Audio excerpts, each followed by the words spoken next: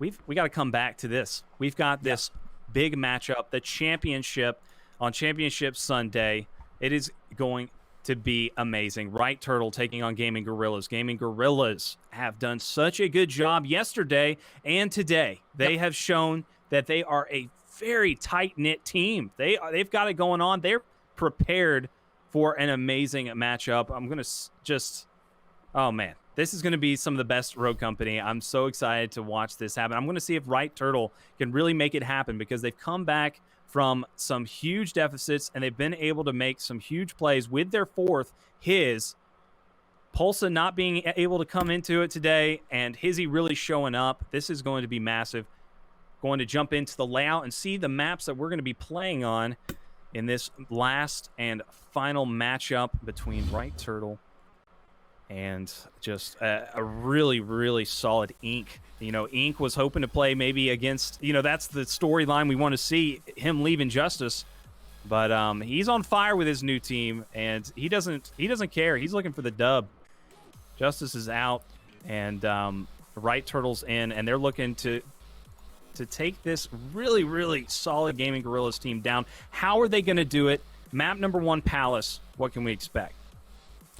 We'll see what changes Gaming Gorillas have made because they need to be ready for the long haul. I mean, we're looking at a best of 7 all the way through. That's how we end things, of course, here. It's going to be one hell of a slog, I think, for these teams, especially because they've been playing for a while. Gaming Gorillas got to have a break, but Right Turtle didn't. And I always like to say this just because I think it makes sense to mention they are EU. It is a little bit later there. The later things go. I mean, obviously, we've seen them succeed quite a bit in some of the later hours, but we know that Right Turtle, it is a little bit later, and as they go on, it could get tougher. Gaming Gorillas, both teams, I think, want to end it ASAP. And Gorillas, they just got to watch a lot of footage, I think, adapt from what they saw. They saw some of the timings that Hizzy was taking on his rotations. They can take that and use it against them, since we're looking right at another map that we just got to see. Yeah, and there is always the possibility for that reset. I mean, we could go the distance. 14 games. We've seen it happen before. It could happen again. Yeah, and we know how close these teams are and how bad they want it. Let's check out these bans, see what picks we can expect. We've got the Talon out of Right Turtle. So the Intel, the Dart, not going to be able to be played. And then we've got the Ronin for Gaming Gorillas. What do you think they have planned over on the Gorillas side? I mean, denying the way to deny Intel, I think they clearly wanted to lean on this Talon, which didn't get through the last 2 times. Well, got through the last 2 times, excuse me. And they were using it to great effect. We saw some very valuable radar darts that were completely revealing the push from the other team that they were able to play off of. Now that's gone. Now they're going to have to kind of play, I think they're going to pick up Kestrel, I'd assume, from both sides. I believe she was banned both times last time, if I remember correctly. Glitch also obviously still available for that for that little hack UAV kind of scan. And Runway is going to get through again. We're definitely going to see Runway come out of Right Turtle. It's been a must pick every single time, and honestly, I'm kind of surprised that Gaming Gorillas didn't choose to get rid of it. Thanks to Blue and his very, very in-depth stats. I mean, the man is just unbelievable. We've got the real Blue stats coming in. We've got Cool has won a 10K before with Gronky, Frag, and Bop. And Cool is actually a Paladins console rival with Prosper and Slop. You know, we all have worked on the Paladins. We've seen them play against each other before. So this is a multi-title rivalry that is coming across into Rogue Company. And also, we have some more from Blue. Fank previously teamed with Pulsa, MS, and Slop. So there's a lot of drama here. A lot of these players are mixing and matching, but we've got this match about to be underway. Let's get in. Palace gonna open this one up. This is the championship match on Championship Sunday, the CMG $10,000 showdown. Rogue Company has never been as big as it is now. We've got an amazing LAN coming up next in the coming months. It is going to be outstanding seeing these teams teeing up. We know that they're going to be going even harder now. Now that they know that there's some massive stuff coming, they are just going to be on every night, and there's going to be even more team drama back and forth. Here we go with the picks. Dallas locked in by Fank. Ink on the Dahlia. And the runway by Slop. Woo! I'm hoping to see some big things out of this guy. He has been putting up some massive numbers all day long, and it's not going to stop now. I don't expect it to. This map really plays into it, I think, fairly well, and I like the pivot coming out from Gaming Gorillas. They picked up this Seeker instead. They don't have access to that talent, so they're going to use the dart, the bow, excuse me, instead to scan the area, get some intel, whether it's on offense or defense. They're probably flipping on both sides because I think it'll give them a lot that they can work off of, especially with, you see kind of the alleys that a lot of teams tend to push down on the side when they're attacking that side. It's long. Get that bow there, get all that information, and do what you can, as long as you can avoid giving up a lot of info to the glitch in return. We know how hard it is to play around him, especially with that Ronin band. Another side bit of information coming from the blue stats. This is the first time that Justice has not been in the top 2. Frag and Gronky together got 3rd, I believe, at the January 8K. So this is the first 10K that they haven't gotten the top 2. This is a big, big deal. We're seeing a switch up and some new names in it. Gotta love it. Gaming Gorillas putting all of this effort in, and Ink noticed off of the win last week, hops over, and now they are coming in through the winners. They only have to take 1. But meanwhile, Right Turtle have to get that reset and take 2. See what if they will be able to do it. It is a bit of an endurance test here as they're forced to disengage. Cool already. Getting some good poke, wants the bow state angle, and it is close, but pistols make it very hard to punish players that get away with that, unless you have shots like that. Cool with a great one onto MS, and might finish him with the halos, but he gets away, and now he loses his utility as well.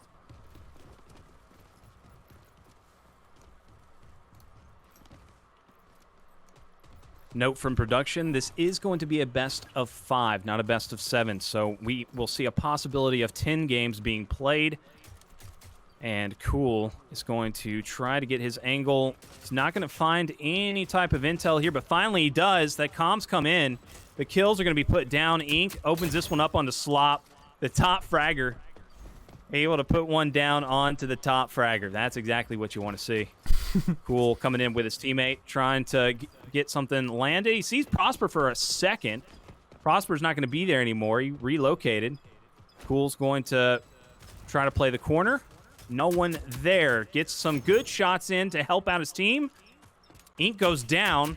Last player up in the vicinity, out of there. 4 dead, and the disarm comes in. So a good opening out of the Gaming Gorillas. You know, they've been cold a little bit. You know, they've been waiting for the grand finals, and you would expect that the momentum that Right Turtle gained out of the losers might just help them to come in here hot and maybe win the first round, but that's not going to be the case. Only 1 down for Right Turtle, and that's going to be Prosper, not even able to get the elim. So being able to stay alive, all 4 up still for Gaming Gorillas, a flawless victory. A great play by, I mean, Cool is actually out of bullets by the end. Literally 0 left in the chamber at the very end for him. So making sure every shot counts there, and all those assists will get him towards that gun, which they will have obviously ahead of the members of Right Turtle, who are trying to find at what site they want to go to. No free talent reveals here. They have to get it all with their glitch, honestly, and already getting pressured. He's kind of zoned back and revealed and getting walked out, but picks maybe a little overextended, and nothing with this Semtex they go to take. That is a couple picks they already have. 2 players down. Small number advantage to Right Turtle, but they don't know where this flank is coming from, and Fank will not connect the shots that he needs, but still 1 remaining, and it's Ink standing strong on the B site. The res comes in, Glitch and Doll. Gonna have to make something happen here. Want to switch over to Ink, though. See what Ink can do. That's not going to be anything. Prosper shuts him down, and the 1-1. Going to get this one tied up here. And I hope that's what we see this entire match, just the back and forth, because that's exactly what both of these teams, it seems like their will is at the exact same spot. 4 downs from Prosper. Oh, baby. And the 2 revives. Really taking the weight from that one. 3 assists from Slop, though. Can't count that out. And they've got some money to work with. Yeah, they can now finally get some guns in their hands, even though they won it without all the ones that they would probably be expecting to have had instead. Watch this defense, see how they take it. Again, the Seeker playing over here on the B site is, I think, really effective. You know, put a smoke up, maybe it won't even really help because you could just throw that bow out, but Pix doesn't even fire it. He just disengages. He's worried about the angles that they might be taking in retaliation to him. And Slop can't really find much here. He's being denied fairly effectively, but retake here. Fank is dueling him. Can't really stay committed for too long as everything is happening on site. Slop trying to land some shots here. He's going to jump over, get the res onto his back into action. Got the 2-on-3. Good nade placement, but does not land. Prosper's there, though. Fank goes down. 1 left. Going to be the Kestrel. Gets sniffed out. Slop takes him down, and they gain the lead. 6 assists out of Slop. The damage, though. He gets the in limbs. He's getting the assists. Who cares about downs? Slop's putting in the work.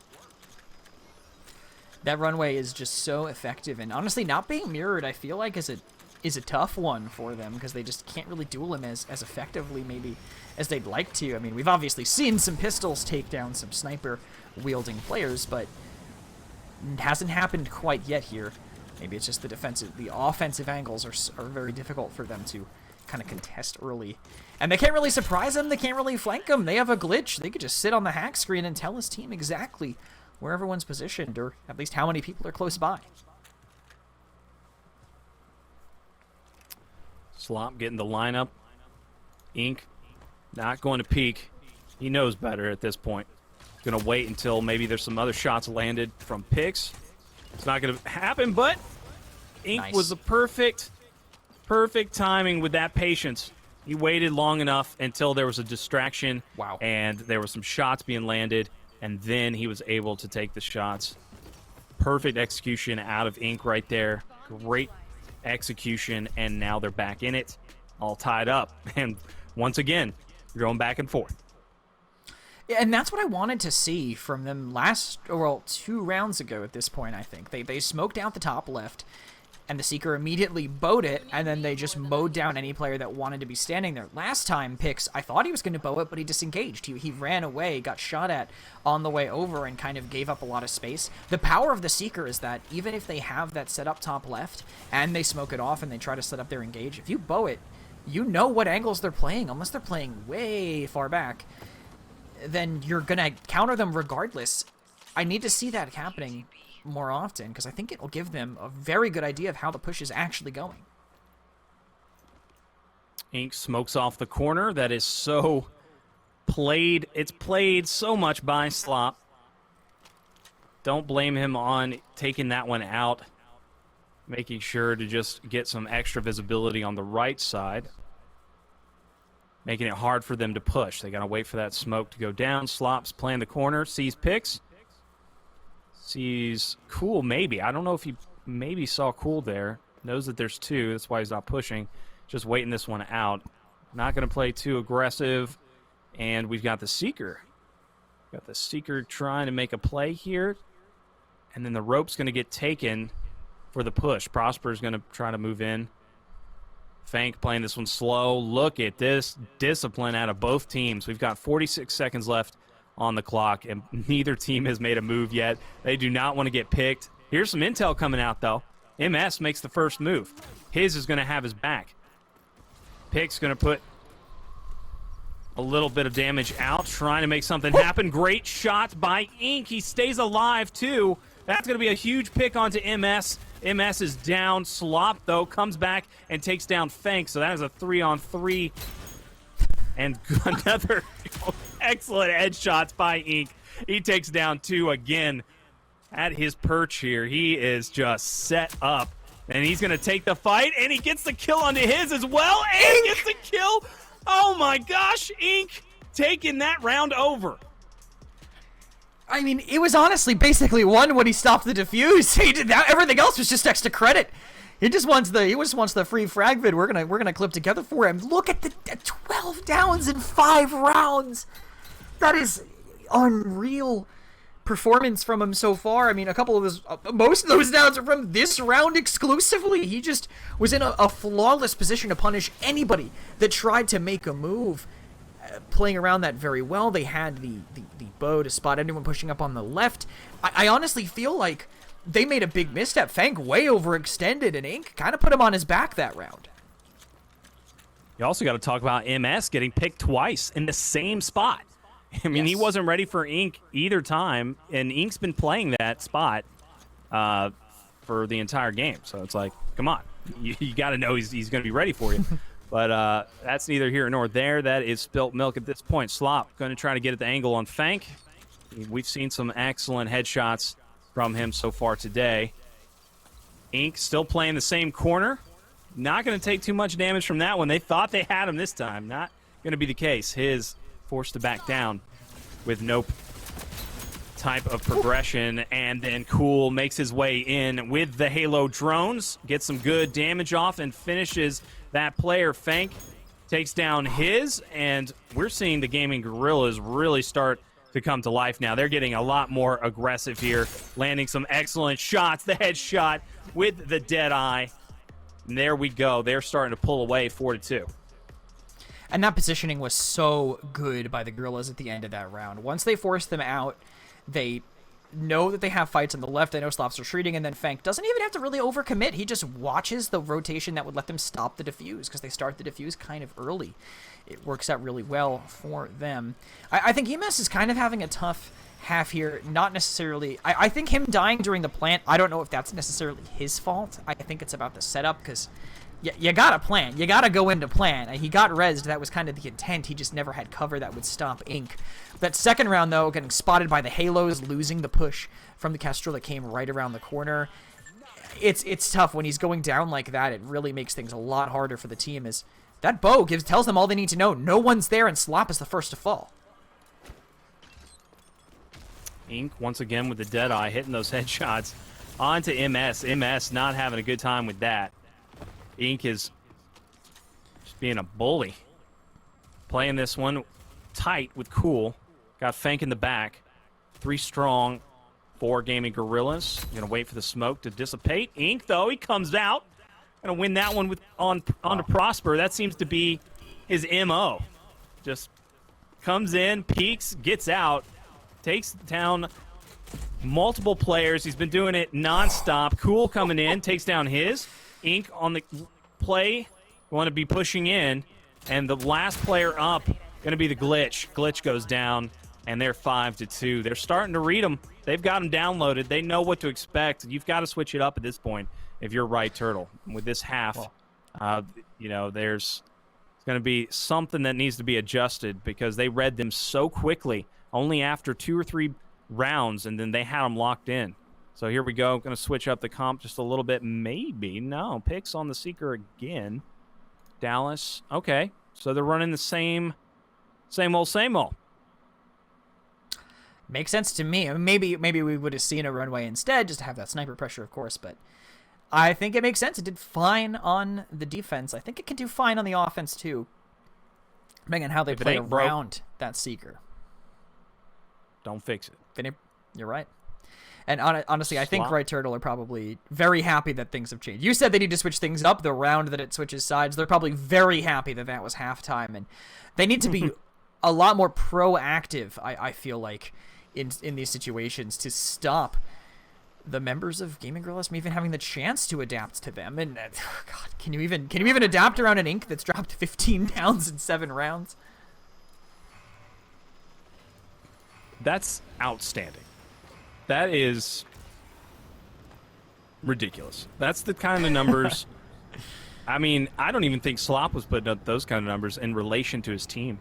I think his team was putting up just about as much. Like, they were hanging in the double-digit downs. But this is all Ink. I mean, Ink really came to play in this 10K. This main event, he had it in his mind that he was going to make it his. Justice wasn't cutting it. He had to go to Gaming Gorillas. And we now understand why, because he has the support to be able to pop off and take over a game. He is making some things happen. MS checking the 3P, sees 2. No, I don't know if you noticed Ink there. Might just be playing it slow. And there we go. As soon as he takes a step out, Ink gonna catch him. One step out of line, one toe out of line, and he is immediately gunned down. They have this plant down and protected. They're likely going to be able to deny, I think, the res on Hizzy here, as long as they don't get down by this frag. Look at this flank by Fank as well. He's in a great position, I think, coming around the back behind Slop here. Hizzy knocked low, but Slop actually wins out on it, but the down from the bow stops Prosper from being able to go for the res as Slop falls as well. A clinical take, honestly, by them. That bomb went down, and they didn't even get close to reaching it. I kind of want to see Right Turtle just keep this going for the sake of Ink. I want to see him reach 30 downs. I mean, this trajectory that he has going, I mean, he could definitely get a triple-double, no problem, get 4 more assists, and then 30 downs and 40 eliminations. Who knows, man? At this point, Ink is killing it. He is going crazy, really coming to life here in the championship match of Championship Sunday. I did just realize, though, a little bit of cursed image. No revives on the Dahlia. Just going for the kills, which, I mean, clearly it's working, but, you know, maybe using Dahlia a little bit of an interesting way. Or maybe his link target's just never gone down. They don't even have the chance because they're just winning these gunfights so clean. That very well could be the case. They're playing lights out, and at that point, it's very difficult to outplay this kind of team with this kind of talent. MS is going to try to make a play up, but Cool is deciding to wrap around and get the plant. He's getting the call that Ink has his back. So we've got Pixie in a good spot as well. And the smoke goes down, and the push is trying to be made. MS up at the top. And Secret knows exactly where to put that. He's going to miss it just narrowly, and that is going to punish Cool. Cool goes down. Halo drones go out. They take it. Oh, they're able to pick up Pixie. This is going to be huge for Right Turtle. Ink does get the kill onto Slop, but his is there and takes down Ink. So one player is going to be up. Never mind. It is going to be the Kestrel last one, and there we go. His able to take him down, and finally, Right Turtle are back into this one, fighting back. Yeah, tough position for them to be in. They managed to protect their lives a bit, but I think going for those revives, having to rotate, kind of forced them into a corner. They got stuck, as you saw, where Cool was at the end of that. They were just trying to save each other desperately and completely isolated and caught out. And that's a round, after quite a few tough ones, that Right Turtle have been able to take back now. But the Gorillas, they could just mix up their attack. I feel like they have a lot of lanes for approach. Their take on A was fantastic before. If they can repeat that, as Right Turtle try to strengthen their defense on B, it might catch them off guard once again. We'll see exactly how they approach, but Slop doesn't see much of anything, taking a very passive angle to watch this, and I was right. They think they've conditioned them enough for B. They're rushing A.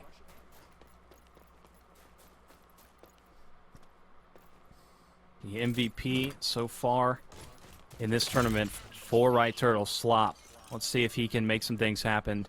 Hasn't been too exciting so far. Gaming Gorillas have done a great job at playing around him and nullifying his abilities with this snipe. Still strong on both sides. 4 up until now. MS taking down Fank. 3-on-4 in the favor of Right Turtle. Now they're making the push. Smokes in a good spot. His does get a kill onto Ink. Now only 2 players. Make that 1. It's going to be the Seeker. Pixie gets shot down, and there we go. Another one for Right Turtle. Very difficult post-plant situation, I think, for Gaming Gorillas there. They had gone so far back, but the fact that EMS was already around behind them almost made that one unwinnable, honestly. They had someone go down there. They had 2 players distracted. As they back off, Slop moves in. Someone smokes off the lower right angle that might have been their only chance to really approach it. It just became really tough. I think that round is kind of all on EMS's back. And this game, a lot of the rounds that Right Turtle have won or lost, they've lived or died by EMS's plays. And that honestly might continue as they go on, especially with another A push coming in from Gaming Gorillas. MS has been that opener. He's been getting in first thing. And there you have it. He gets the first down onto Fank. Fank is probably going to get picked up, though. Oh, never mind. MS comes in, takes down the Ink. Slop on a Cool. Wow. His finishes him off, and there's one player left again. That's going to be Pix, and it's a 4-on-1. Right Turtle are super strong at the moment. Incredible play out of them. And they are back at it 5-6 in this first map of the championship match. Yeah, I was going to say, they just completely swarmed over there near the end. Championship Right Turtle really kind of understanding what they need to be doing on this map. Or maybe this is just a defensive-sided map, and we've been giving too much credit to the teams as they've been setting up. We'll see as this continues if they can figure out how to attack it. But this is almost a full repeat, now that I think about it, of what happened on Palace. I believe they were at 6 rounds, and then Right Turtle just completely recovered and won everything else from that point forward, closing it out. If Gaming Gorillas can just get one more, it's already a better look for them, but a little bit of a stall from Slop to get a little bit further. Decent position by him. It's in mid. This round, when they played it this way before, at least on the offense, didn't go too well, but now he's back on B to watch and try to fight them, and it looks like he'll be matching up directly into Ink, but they might be calling an audible. Slop got the perfect position onto this corner. He's just going to wait this one out. There's 3 strong on this side. Could possibly run into him at any time. But he's got the comms with Prosper's help to his side. MS as well. So 3 strong for both. And here we go. Fank opens it up onto Prosper. MS is there. Gets the kill. Cool. Able to win one as well. We're lost in the smoke. His, though, he's going to be able to get one. And it is a 2-on-3. Slop going to pick up one onto Cool. We've seen that before. The immediate and now res, though, in going to response. be making his play. Oh, but Cool eats his revenge.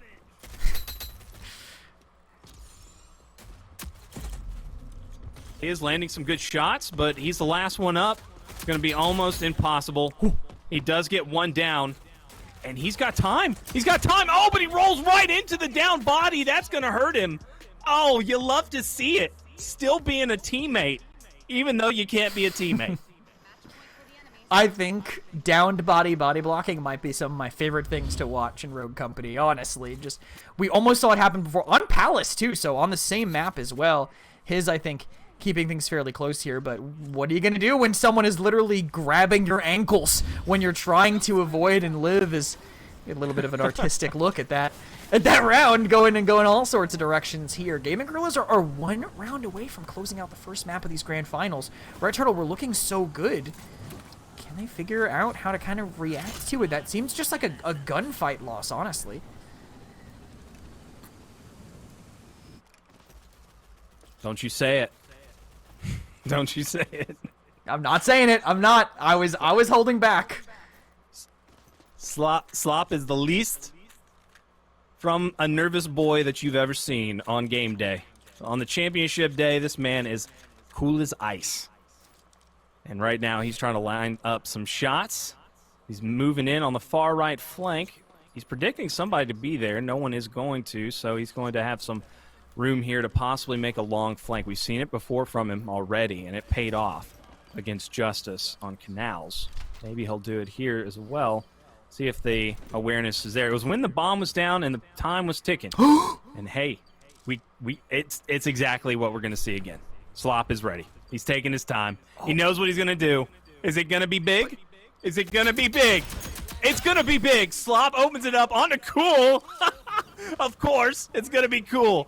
He comes in. He's running. They've got time. They've got more than enough time here. The nade is going to get some damage down. He's going to get the elim, and 1 player is left. It is a 2-on-1. But Ink has very good post-plant positioning here, I feel like, especially if Slop almost jumps on his own thing. They do trade 1 for 1 here. Dodging back and forth this Fank. He got res. He's just kiting, trying to buy time, and I don't know if he can make it right. Oh. Has to watch it blow up in his face. Slop's flank could have made it work, but the time that it took, the time that it wasted, that played right into Gaming Gorillas' hands. Yeah, I mean, it was a good flank. It really worked out, but Slop just was not fast enough. The rest of the team couldn't converge. They couldn't take out those final two players. That res really came up clutch, getting that res off and making sure that it was a 2-on-2 instead of a 2-on-1. That saved the day. And then, boom, they were able to finish it off. Incredible plays out of both teams. Right Turtle and Gaming Gorillas, so evenly matched. This is an incredible match. Let's check out these replays. Yeah, and they were evenly matched, I think, really neck and neck on this map. But we have to remember, this was also the map that Right Turtle won the last time these two teams matched up. And now, Gaming Gorillas are the ones to walk away with it. Is this just, is this off the back of the intel they got just from having watched them play? Or is this Gaming Gorillas just really being so elite? I think the next couple of maps will really tell the tale of how things are looking right now. But I got it. This is a marked improvement in how Gaming Gorillas were performing prior, especially if your players are having rounds like that. Just unreal there coming out from Inc.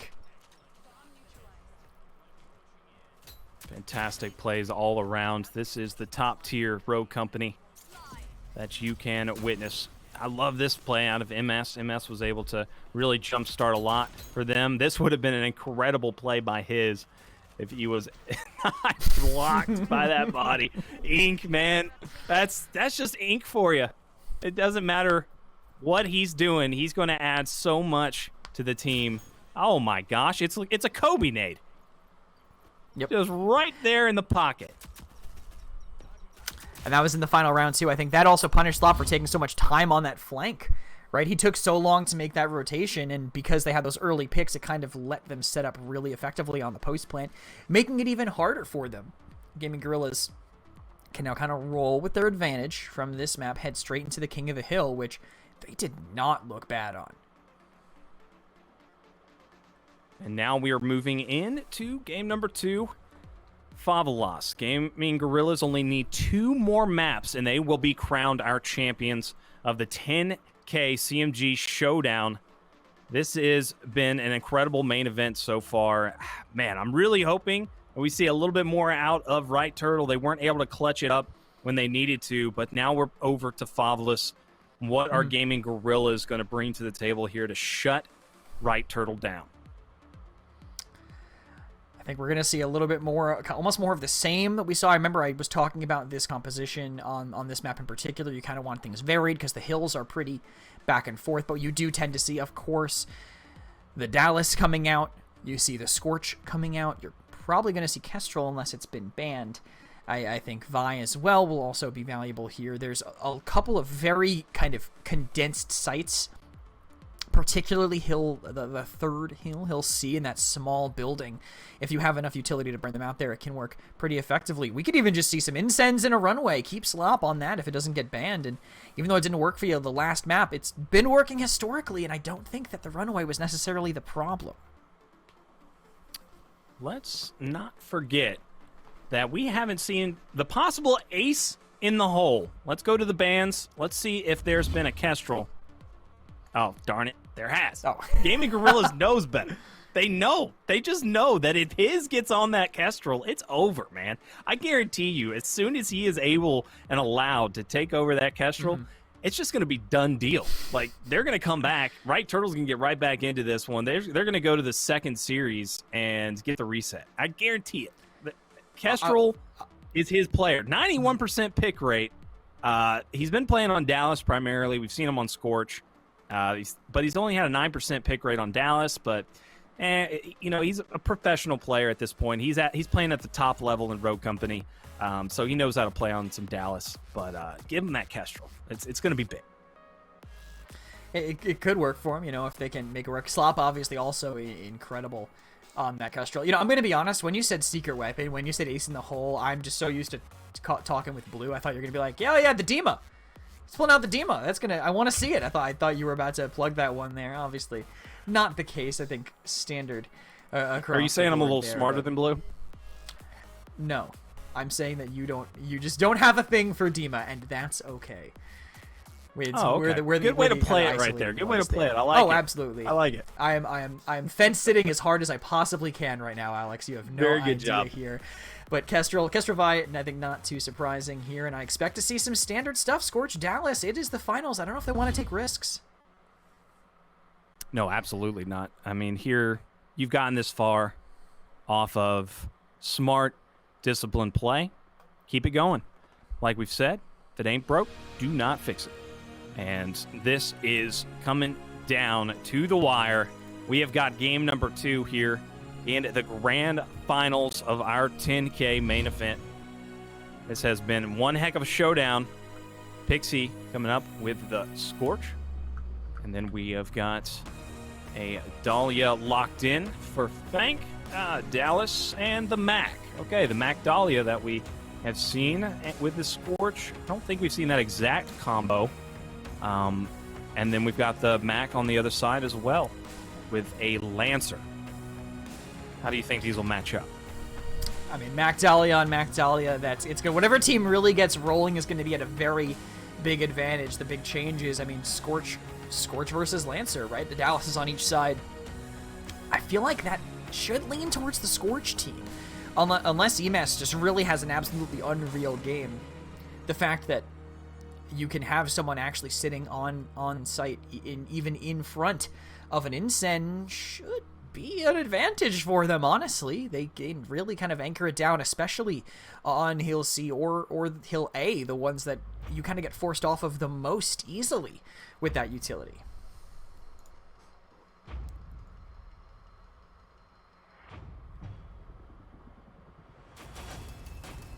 Favelas between Right Turtle and Gaming Gorillas.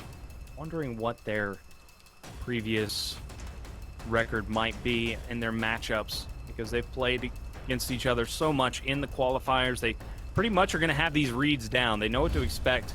They got to bring something new to the table, or maybe they're just going to outplay the other team. Who knows? Maybe it's just going to be about who gets clutcher, who's going to be able to land the right shots and to get the right reads fast enough. MS going to open this one up, getting right into the mix, get some good damage down, and there's going to be no follow-up until now. It's going to be a good pickup, but not really going to be able to take much control off of that. Slops in the hill and is gaining some big time. That's going to be a flash, lands onto Fank. Great shots being landed by Slop. He gets greedy, though. He goes in for the Elim. He's going to get this res off. He does. Okay. Sitting at 30 HP, though. He's got to play his life. They're coming in hot for him. He gets help from his teammate jumping in. That's Right Turtle for you. Great teamwork. Slop being able to land the correct shots, but the nade by Fank is going to ruin their day. Only 14 points garnered from that control that they had. Oh, but here we go. They're going to get a little bit more. Right Turtle able to set this one off right. Prosper just looking at the angle onto Pix. I think he was able to see him just for a second. He's going to probably try to catch him out and punish his cross if he does go for the long flank, and he is. He's going to go to the left. So you're going to look for that 1v1 Prosper and Pix up there on the right. Fank going in. Going to take this fight. Oh, but he gets shot from behind. MS on the flank. He takes down 2. Huge timing by him to come all the way around there, and that long flank by Pix now suddenly not seeming quite as valuable because they're just wasting time that's ticking away into the hands of Right Turtle as they hold strong here. And they have the anchor of the Mac, obviously sitting on the objective, fighting anyone that comes in. Slop chosen to go with the SMG, I believe, over the alternative here, but let's Cool kind of hold spaces down a little bit longer and make some plays like that. If they can stop the res, maybe it would help out, and Cool does manage to fight off Slop. They have it contested for now, but they're not gaining any time, and they have to be thinking about Hill C. You can already see EMS and Ink kind of about to meet up over here, but he's the first one in. The rest of them are out of it, and they can just absolutely stake their claim here on Hill number C, with the garbage time going the way of Gaming Gorillas. 5 seconds left in this one. Slop with the perfect grenade onto Fank. He's going to be playing the car, watching the garage opening to the best of his ability. Nobody in sight. They could come up the rope any time now, though. The Ensign. There's 2. Ink getting ready. MS, though, he's going to pick off 1, so numbers advantage in Right Turtle's favor. Prosper play in the corner. knows exactly where they're going to be coming from. This is going to be a great team shot opportunity from Turtle. There we go. Good shots being landed. Oh, but that's going to really help them out pushing the garage. But the flash. The flash is going to do it. And the wins. The wins all over the feed. A flawless battle out of Right Turtle. I mean, the tables just turned on that push immediately when you go in. When you see plays like that, you wonder why maybe people weren't playing Mac before. Because Mac was disappeared. He literally vanished shortly after him entering the meta initially after his release. But I mean, obviously Weapon Mastery has clearly put him in a much better place now that he can kind of mix and match the LMG he brings into the field here if you want to go in that direction. But Right Turtle are dominant right now with the way that they've decided to play this, and you need if you're Gaming Gorillas, you need a flawless hold here on Hill D if you want to win this round. And already they have lost Ink, who has been a massive difference maker for them, as Pix falls immediately after. So they're just going to get chipped away by Right Turtle until they move in, unless they can stop getting traded out, and that does not seem to be the case so far. Yeah, that light bomb from Mac is so deadly. We've seen it twice already today. Just be such a difference maker. Being able to turn that around, being able to get 2 instead of just going down because he had shots in him. Here we go, Ink with a good pick onto his. Trying to move in, MS. It's going to do some good work. Prosper as well. And they're going to be able to take over here. They could win in this hill, but nope, there's going to be a little bit of contention there, and that's going to keep it from happening. But they do slay out, get the right elims, and going to get all of this time. They are narrowly just going to miss out on that. Oh my gosh, I can't do math right now. Is there only 1 second? they could just win off of 1 second, but the time is down. 9 seconds. Here we go. They've got to get in here. They've got to make the slays happen. Prosper, though, he's in a good spot, and it doesn't look like they're going to be able to get in. So there we go with the first round of map number 2. I'm starting to think they might have just given that last one up when they might have been trying to set up for 1 cross angle. As soon as they lost that person, they said, all right, nope, absolutely not happening. Give that one up to them. Don't give them any extra cash here.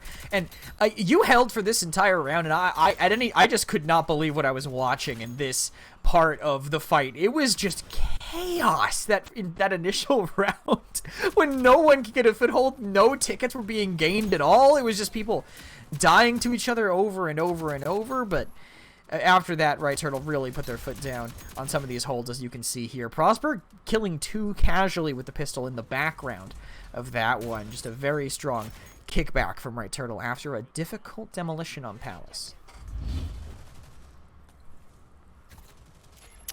Difficult, but they still held on. You know, it wasn't one of those things where it's just out of their control and out of their hands. They made some really good plays, and that kept them in this one with their morale held high. But starting off, Gorillas are going to be the ones with the first amount of points, 15 already. And there's going to be nothing gained for Right Turtle. They are immediately taking down Ink with some good positioning with that in Sin. And here we go. Pix is going to be making the long flank around. He's going to jump right in to 2. Going to run into MS and Prosper that are ready for him. He sees both of them. He gets that guy to dodge. Cool almost gets absolutely melted. And that was the distraction that they needed, though, to make this pick happen. Pix was in. Prosper with a great grenade onto Cool. And now he's going to push up and try to push these players back, get a little zone in. He knows that players above him. He got the audio cue. Get some footsteps here. Ink is going to check underneath. But Prosper gets the beat down. Man, just took down Ink the same way that he's been doing everybody else. It's about time. Karma. And here we go. Going to be some big wins being won out over here. His still doing some big things on his side. You got to love it. The last minute 4th coming in and showing out. Ink going to win that one. Pix gets the pick onto MS, and we're going to get some time for Right Turtle. They are looking very solid in this game. Another trade by them. Ink wants to make it to this hill just to stop some of the garbage time, but unable to beat out Slop, who is just living off. I mean, he is just constantly scavenging weapons. I think anytime a Deadeye is on the ground, he is looking to play off of it. And it looks like the sacrifice has been decided on by Gaming Gorillas. They've chosen to give up the rest of the garbage time on Hill B just so they can play very tight onto C. Hizzy's ready to make a move in here with this Incend, but Fank has this great crossfire. They're not going to fall for it again. This happened before. Not going to make that same mistake. Going to force out Fank and take a much slower approach here. They just have to make sure they don't get surrounded on the side of Gaming Gorillas. They're all looking forward. If one person goes behind, it could tear them apart. His is getting ready to make a jump up, but that player is ready and reading that flank. They know what to expect. MS is going to go right up the rope. He's just testing out the waters first. Doesn't want to commit. But as soon as he does, Ink is there. Ink does get some good damage off, but the 25 armor going to come in huge. Didn't do enough, though. And there's some big wins for both sides. The garage is still controlled, though. We've got Pixie in there. And we've got a great push from both MS and Slop. The wraparound by Slop, that's going to do it. And they are going to take away the control here. Wow. Oh, baby! Slop! Not missing a beat. They did manage to hold it for quite a while, though. Slop is with a great performance on that retake timing here. But look, this fight happening over here, they have to not take these two fights at the same time. But the Mac Dahlia, they're so bulky. They're so hard to dislodge from when they get in. And that flash bomb coming out right in the middle of the hill here. They know that Cool's there, and as they wait, the longer they wait, the worse it is. I think Cool feels like he has to make something happen, but he's taking the 1 versus 2. Cannot win that one. It's on the rest of the Gorillas to make it in now. There's a minute left. They find one, but another melee kill to down Ink. Ink is just getting beat up by the Turtles this round.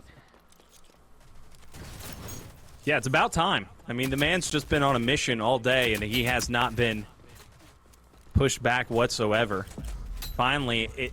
Oh, okay, the peak shot from his. Able to land some good ones, but Ink takes that fight, and they're able to put him down on the point. 30 seconds left in this game. Once they get control of this, they have got to hold on to it. Gorillas, they've got it. They're looking for the cross. The smoke is definitely going to help. They know there's a player around here. They're going to live through it and get cooled down. So that's one. They're all going to stay up, but they're weak, man. Oh, my gosh. That was a huge opportunity for Gorillas to get in there and get some cleanups. The light bomb goes off. Some players were flashed, but not enough. And that leaves Right Turtle in a good spot.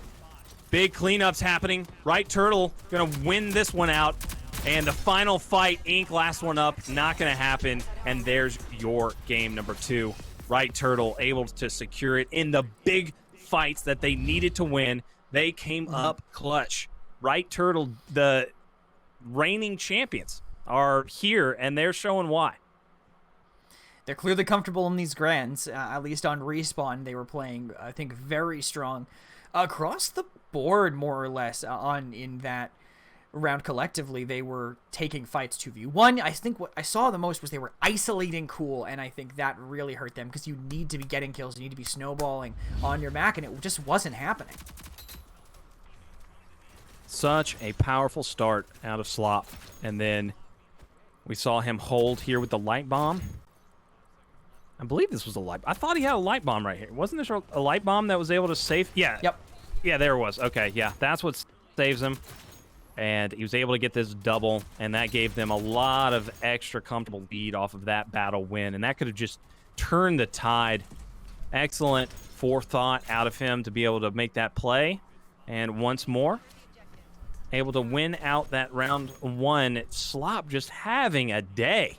I mean, this really, like I said yesterday, Pulsa was really the guy that was showing up for me. Obviously, Slop had a great day as well. They were all doing well. They got to the winners finals. They were doing fine. But today, it's that little something extra, and that's what we just saw. That's something extra right there. Winning those fights, being so comfortable in these situations when everything is on the line. The grand prize of $6,000 in this $10,000 tournament. He's the guy that's just really being amazing. He's just incredible. Ink versus, in my opinion, guys, teams, and they're just unbelievable. We're all tied up.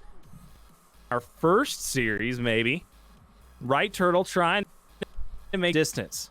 And we're going to go to Breach, game number 3. What can we expect from these reigning champions? I mean, on Breach, it's back to demolition, I think, from what we saw earlier. The way that they played it out, I think the way that they timed some of their approaches was good. They mixed it up. I believe this was the first set we saw today, demo on Breach. So if they can just kind of continue the way that they were playing it out before, I think that would be a smart way to do it, at least for the Gorillas. I think they were fairly strong on it. They knew when to rotate. They knew how to kind of catch people in some of the middle of the map on occasion. If they can maintain that and the pace that they took, when they know a site is open, they can commit to it. If they get that little bit of intel, when they see that they're forward holding, immediately pivot to the other site. A lot of teams tend to hold multiple players very close onto the site. And if you can abuse that, if you can just know when they're out, know when they're in, that is how you can, I think, really take an advantage and run with it on Breach. Let's check out the bands and see what Right Turtle have up their sleeve here. They are going to take down the Trench. Okay, all right, I like it. And the Glitch is out as well. So this is going to switch things up a little bit. What can we expect with these bands in play? Kestrel mayhaps. I think we would like to see it. I wouldn't be shocked. And I like the Trench being gone. I mean, think about the last time we saw this. Some of the nades that were coming in were pretty brutal. The Dahlia basically just multiplying them courtesy of that Trench link. It's a big deal. Getting rid of the Glitch, I think, is just something you kind of feel like you have to do. He's just very strong. A lot of information being afforded to him that now you have to do something more active, like a Seeker, like a Talon. You don't just get it for free. Yeah, Glitch OP, right? Like, we've been hearing it. We see it in Twitch chats. We hear it from the players. Glitch GA is what I've seen a lot. And I'm just GA that. Yep. But, yeah, Glitch, get him out of there. Gaming Gorillas are noticing a little bit of a comeback coming from Right Turtles. Why not take down the best rogue? Yeah, it makes sense. Just target the meta if you feel like your meta is strong enough to really hold an advantage. I think if they feel like they can use that to really propel themselves forward into the map number 4. If they want to take that advantage back, they need something to kill the momentum that's coming in from Right Turtle, because they just had a very, very strong performance on map number 2, and they have to do anything they can to really ice them and get ready to keep their momentum back in action. And we will head right into game. We are looking at map number 3. It's demo on Breach. We are back at it once again. These two teams, Gaming Gorillas, want to get their first win. I mean, it'll be one of our first wins from a team that's not Right Turtle in a while. Right Turtle want to get the 2-peat. Still a ways to go. These teams are neck and neck, 1-1. Right Turtle are fiending for this reset. They want to go the distance. I guess they want to be up till 2 a.m. the way that they're playing, and if they keep going like this, it might be likely. They've been playing long enough. They pretty much expect it at this point. That's so true. They're So be true. The long haul. They're gonna have to be. I didn't even think about this. Vi let by. Fank is gonna lock that one in. I totally get it. Vi kind of sneaks by the rest of this. So a lot of corner pressure from that Vi. A lot of ability to take duels. If you force people out, I think that will be fairly effective for them here. Ronin also in, but not really going to match into any reveals, at least not coming in from Gaming Gorillas.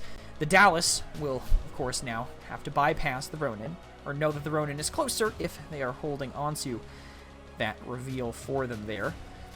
We'll see where they decide to play this. I mean, Alex, heading in, we're seeing some rogues, honestly, for the first time that have been kind of slipping by. I feel like I haven't seen any Anvil today, haven't seen much Vi today. We've seen a little bit, but some stuff is finally getting through now that these teams are targeting each other. Yep, they're having a little bit of a switch up, the Anvil, and we have seen this already from them once before. Ronin, we've seen some great play out of Ronin so far, but pretty much easy picks so far. I mean, these teams are no stranger to each other. They know exactly what to expect. At this point in the tournament, it's all about who's going to outplay who. Any given Sunday is what you like to hear on a championship. Anybody can be able to pull out some plays. We could see Hizzy just start to pop off and be the top fragger. Who knows what happens? We've got Pix playing that corner tight. He's going to get taken down and punished because of it. MS gets the elim, so 3-on-4 now. And we've got a little bit of a rotation out of the bomb player. Slop, he gets the heck out. Oh, but they get the read, though. Ink is there. He's being sneaky, and he evades death. He's not able to be bought down, but finally, his is able to sniff him out. And we've got a fight. Oh, my God. Slop lands the dagger. Oh, my. And is able to save his life because of it. 3 dead, 4 Gaming Gorillas. And MS is going to win it with a kill onto Cool. Oh, my gosh. I mean, and what a just a move by them. As soon as they got that first pick, they just said, all right, where else can we move our death ball that can take out somebody else here? And they just isolated and picked them off one by one. That was such a flawless ballistic knife coming in from Slop to find that pick for them. And that is a momentum. I mean, if Gaming Gorillas thought they could stifle things at all that Bright Turtle will bring out, if they thought they could stall them out, if they thought they could ice them, not in round 1 at the very least, and they're not going to be fully geared up to make it happen in round 2 either. What an opening start here. They are bringing this momentum from last game. Slop going to try to get a good angle. Pick's not going to take the corner. Actually, no, he's going to play the corner once again. He backs down fast, though, and they catch him out. MS, great shots onto Pix. Pix is going to get brought back up, though, but that's okay. They earned their position on the point. They're going to get it planted, and they're going to back up and bait it. Got to watch out for these flanks, though. Ink could make a play anytime through mid. We've got one down, though, the Anvil. So that's going to make things a little bit tough here with the retake for Gorillas. Ink trying to make something happen, but another ballistic knife from Slop, taking down 2 this time. Okay, Slop, just do your thing, brother. Unreal. They just are walking into this. I don't know how they can even... I think they need to have more people up forward on that area, but how do you do that without just getting naded out by the Dahlia? You don't have anything to really stop it. I guess you need your Anvil up there to drop those APSs, but he might not even have the money, maybe just now, actually able to get them. But you can see this dagger by Slop lands right there. They both roll away, but Slop shoots it just too fast for them to react to, and then a bounce nade finishes off Cool. That's 2 blindingly fast attack rounds. Gorillas have to adapt to the pace that Turtles are bringing.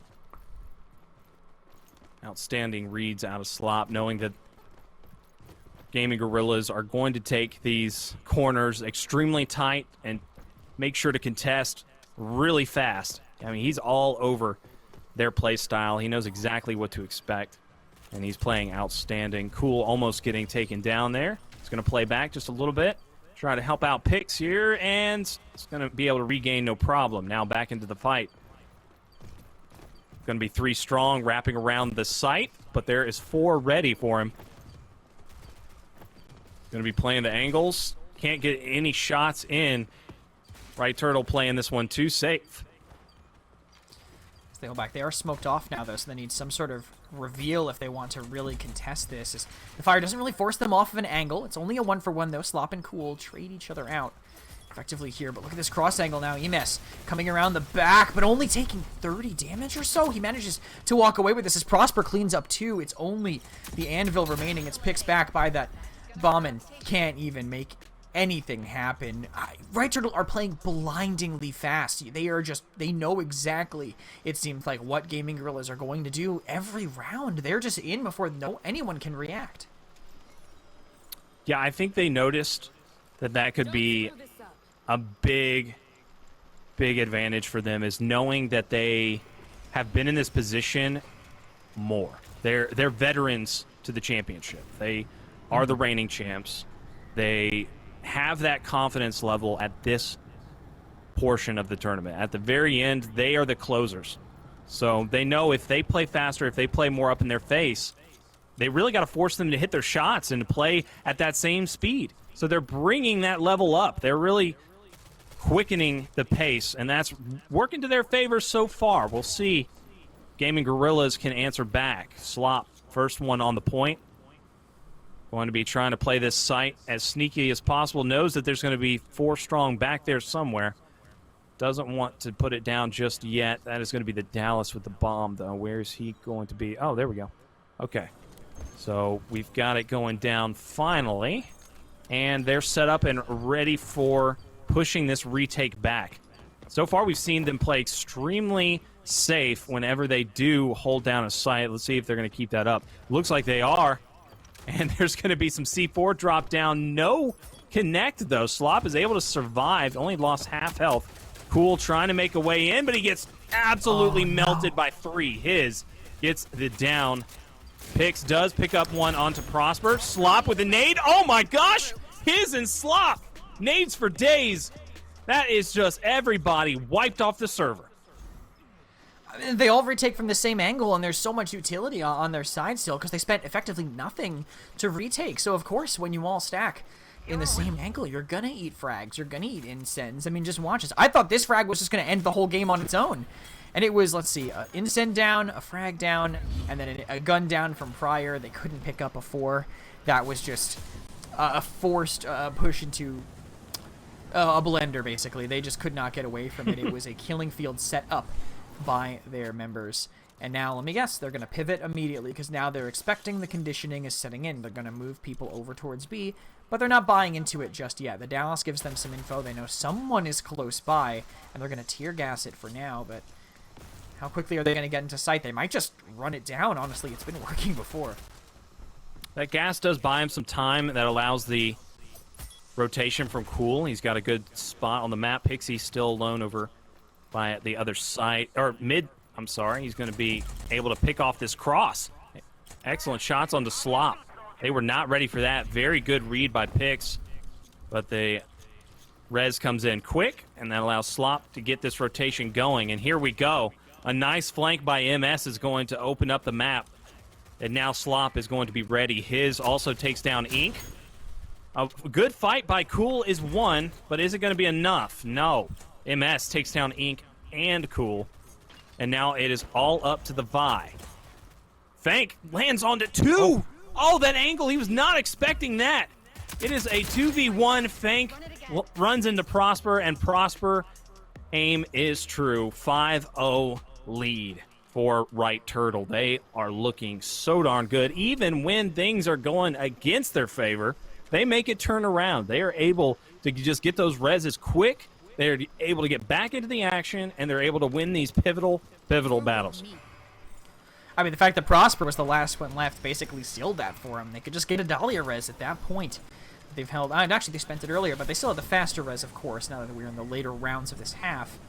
So they got that person up quickly. The fact that it was Prosper made things a lot easier for them, I think. And his, at the top of the scoreboard for their team, he is showing up now in the match where I was the most worried about him. It's the grand finals.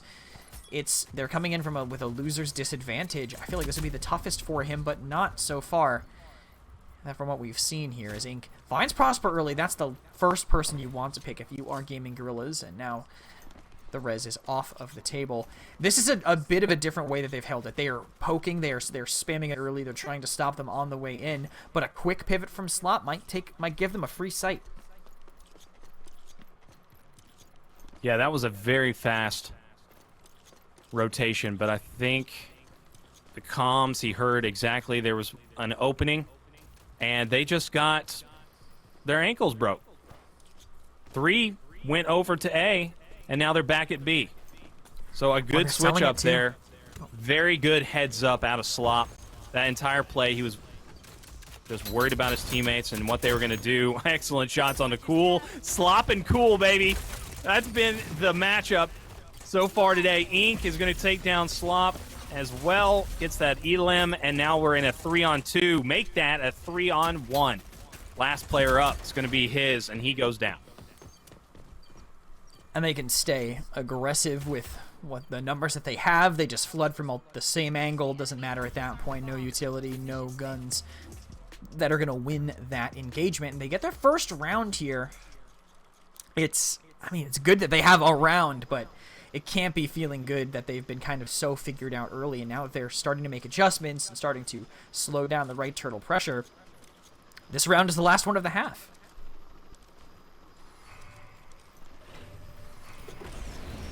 Gotta go big or go home here. They've got one win on this half, but they definitely need to get this second one make it a little easier on themselves. Haven't really seen the anvil come into play once. I mean, whatever they're doing was not working. They switched it up, and I mean, that's exactly what they needed. They just needed to play a little bit closer to point. Needed to get on the site, needed to get up in their face and match Right Turtle's aggression. And that's exactly what we're seeing. And that's what's working. Cool. Gets the first pick on Slop. Answers back with his nade onto Ink, and then a kill out of him. So his just comes to life when he needs to the most. You can really rely on this guy. He has been playing outstanding as the sub for Right Turtle, and a good bait and switch out of Slop to finish this one out 6-1. I mean, that opened up great, but his with a dominant 2 or 3 kills. I mean, his comes to life, man. This guy is this guy. Hizzy knows what he's doing. I mean, it's exactly what you need to see out of your sub in the grand finals. if it doesn't happen, then I mean, you're not gonna get do as well as they're doing, and they are doing phenomenally so far. As we see a straight up mirror match now coming out from both sides. The Vi is gone, the Anvil is gone. The same for Rogues, and this might be what the Gorillas have kind of diagnosed as their issue. If they can mirror match them, they might have a chance here. We know Cool is very good at the Kestrel. I think it means they have a shot, but attacking, they're going to need to have the same sort of utility setups that Right Turtle had to isolate aggressive defenders so they can be as aggressive as they want to, and that might be difficult. They only have 2 mistakes they can make. Yeah, but I think they realize that aggression is really the answer. They need to just be a flood. They really do need to swarm over this Right Turtle squad if they want to take this, because look at that. It's just the downs are too much in the favor. They're not outplaying them objectively. They're just slaying them out. So you got to match them on their terms at this point. They're just getting up in your face, and they're making it happen. Slop ready to play this corner. He's got it queued up. Oh, Pix is able to back out of that one, but Prosper, he lands his. And Ink goes down. So they're looking for that res. Not going to be able to grab it. Oh, looks like they are grabbing it. Slop going to play this one tight, though. He knows that there's 3 players lurking. Thank going to try to get out. He's weak, though. Oh, missed opportunities. Ink puts his down. His wasn't ready for that death ball of players to jump out the window. And Pix is going to put him down to 10 health. So Right Turtle had a good opportunity to make something happen. They didn't capitalize on it, and now they're paying the piper.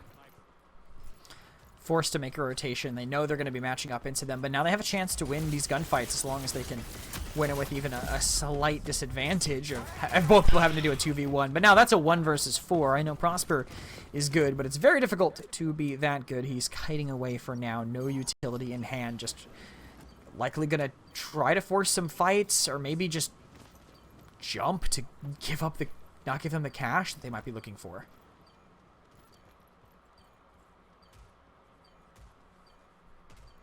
Cool, lining up some intel, trying to find out where Prosper might be, and they need to just hunt him down at this point. I mean, why not? I mean, try to get that little bit of momentum. They've already got this win in the books, 4v1. There's no risk at losing this. Ink trying to get another ballistic knife kill off. Prosper is taken down low, and here we go. The push comes in. Bank beats them down, and they're going to take it with that extra bit of money in the pocket. Saw that coming. As soon as after the 3rd shot, I feel like I knew it was going to be a melee. Even if they'd all run him down, it would have gone that way. Everyone was so close. Even someone else would have run in and punched him at that point. But thank the one to take it away for them, give them another chance to kind of resettle here. This could be a good round for them now that they've limited the cash flow that Right Turtle will have in the start of this half, but defending, again, one good start to the round, like a frag grenade like they had that they can actually follow up on, and in the blink of an eye, it could go away.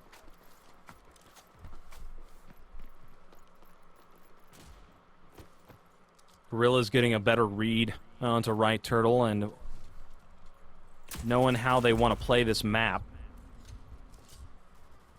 Getting some intel from the top of the truck. Fank is going to get the call out. He knows there's 2 up above. There is going to be some shots landed. Halo drones are able to take down Ink. Fank's nade, though, takes out MS.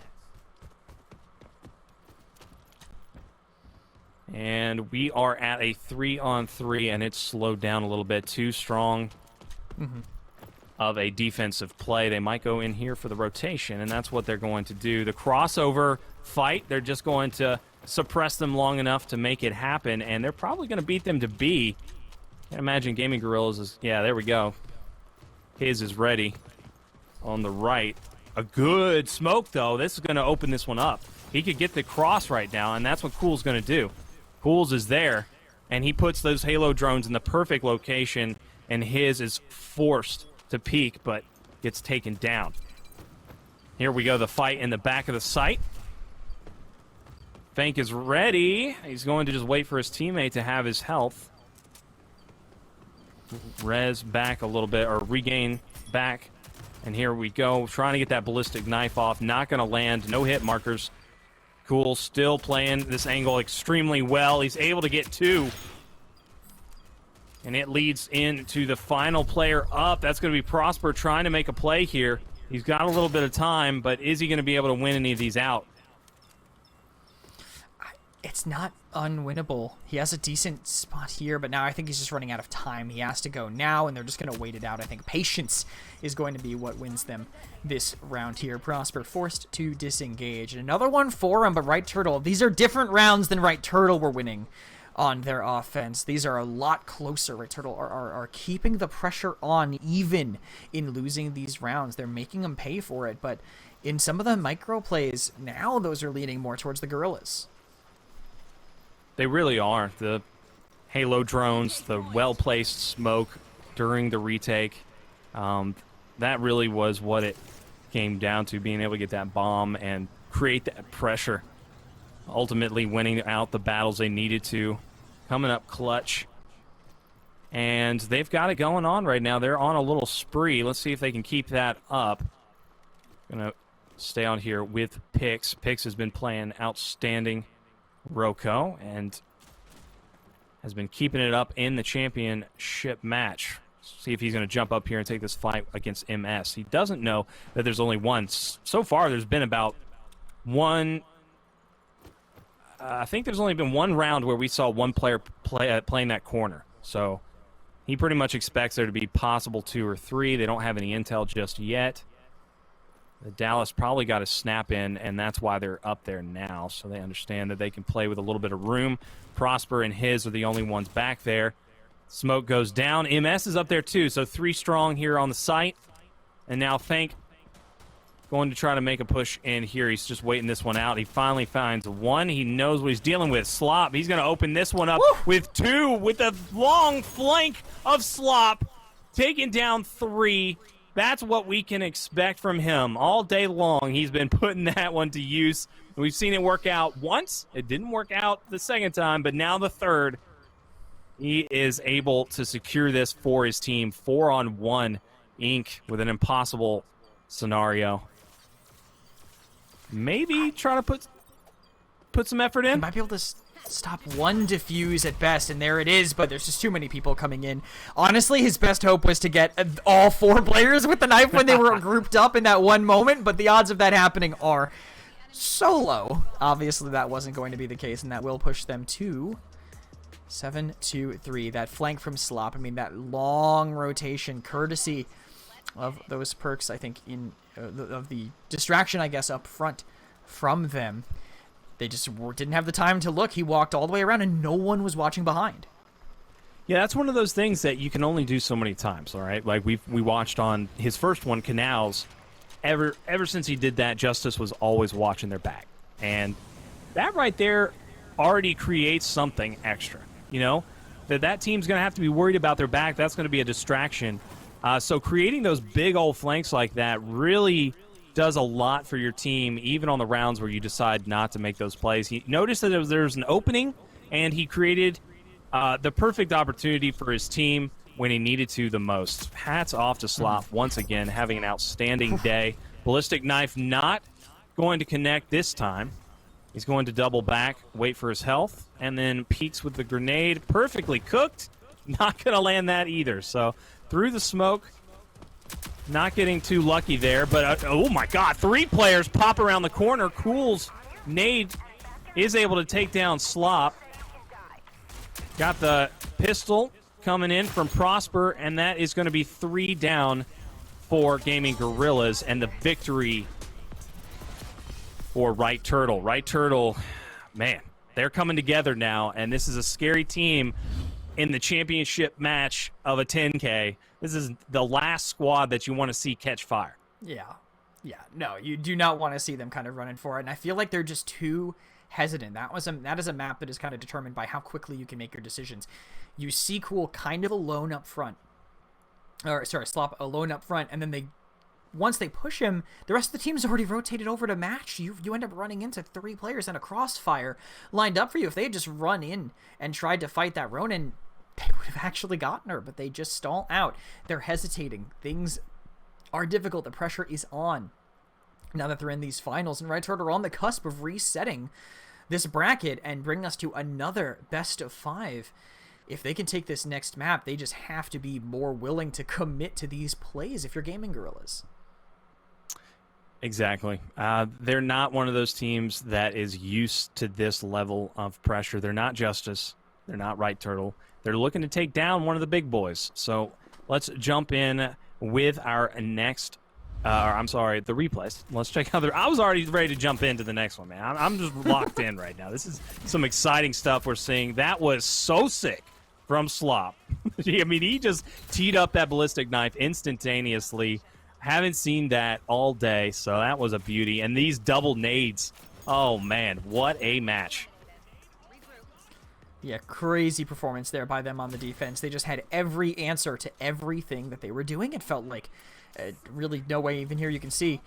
The closest thing to a fair fight they had, this one-on-one that quickly became a one-on-two, but when you take angles like that, when you get kills like what they're getting here, it is just so hard to respond to. Even after they managed to get that one round, still just so overwhelming on the defense. And when they started finally, making some progress on their offense, this was the hesitant moment I thought of. Slop was not this close Prosper wasn't that close at the very beginning. They just held it out and didn't make it happen. So we're going into map number 4 here. Back to King of the Hill, and that didn't go too great for Gorillas. They need to change something up heading in. Yeah, hopefully they have a coach like you, Krez, then they can just say, hey, get your stuff together, boys, because you're hesitating. You're starting to lose your momentum. You came out hot in game number 1, but then there was some bite back. The Turtles were snapping at you, They got you, and they're got you on your heels now. You got some opportunities where you can make some big plays and capitalize, but you're not going full throttle and committing to it. So that is really what they need. Factory, what can they do to keep that aggression up and to keep that power? What kind of gameplay can we expect out of this newcomer, Gaming Gorillas with Ink? They're trying to take the crown. I think I need them to be proactive. I think that's a big part of King of the Hill. You obviously can't just anchor. You can have a Mac, holding on to that hill, but you need to be pushing up, taking some cross angles. It's very easy to get long flanks off on Factory, and they need to be aware of that. Slop just did it to him on Breach, a map where it's not quite as easy. You need to be proactive. You need to be putting your players in those angles to watch and deny these long flanks while you slowly rack up the time. I need to see them being proactive or they have no chance here. Thanks to the Real Blue stats, we know that Ronin has the highest ban rate in the October of Demolition. So that was pretty much a big deal in that last game, is not having that Ronin banned could have made all of the difference for a Right Turtle. Gaming Gorillas messed that one up, maybe. I mean, the Ronin just was a big key factor in taking that dub. Here we've got Mac being picked by Gaming Gorillas. When's the last time I saw a Mac ban? I don't even remember. I couldn't tell you. I think we're going to see him more often, though. I think I get where they're coming from. They just got out MacDalia'd. Other than the time that he came out, as I'm being told right now, he hasn't been banned since. And I get it. You ban the unknown, right, if you're not sure about it. But now now that he can wield any gun in his categories instead of being stuck to his, he's a lot more valuable. And they just do not want to take that ditto. They don't want to take that mirror matchup because it did not go well for them on Favelas. Yeah. It really turned the tide in that game. I mean, you saw it. I think it was Prosper Slop. Slop was on the Mac, and he was able to just make some absolutely amazing plays with that light bomb, getting those flashes off when he needed to. And then obviously Vi, that's going to be massive, get that poison off the point. But what kind of picks can we expect? We're going to jump into this one. Game number 4 of the championship match.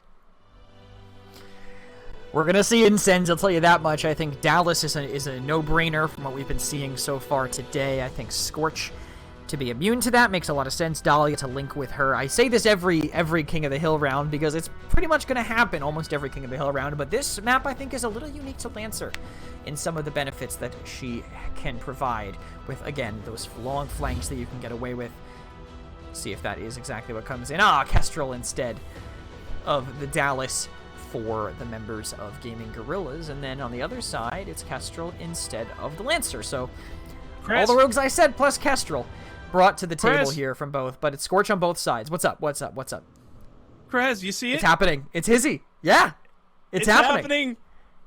Yes. Hizzy, as we've said, 91% in the qualifiers. His pick rate has been for Kestrel. I mean, this is his rogue. We have not seen him on it yet this entire day, and we've been talking about it. He tried other rogues out. He was landed on the Dallas. He played a little bit of Scorch, but the Dallas has really been the one that's been working out for this team. Their composition has been gelling pretty darn well, I'd say, because they're coming hot into this one. They're about to take this series and go to another series here in the championship match. But now he's on his best rogue.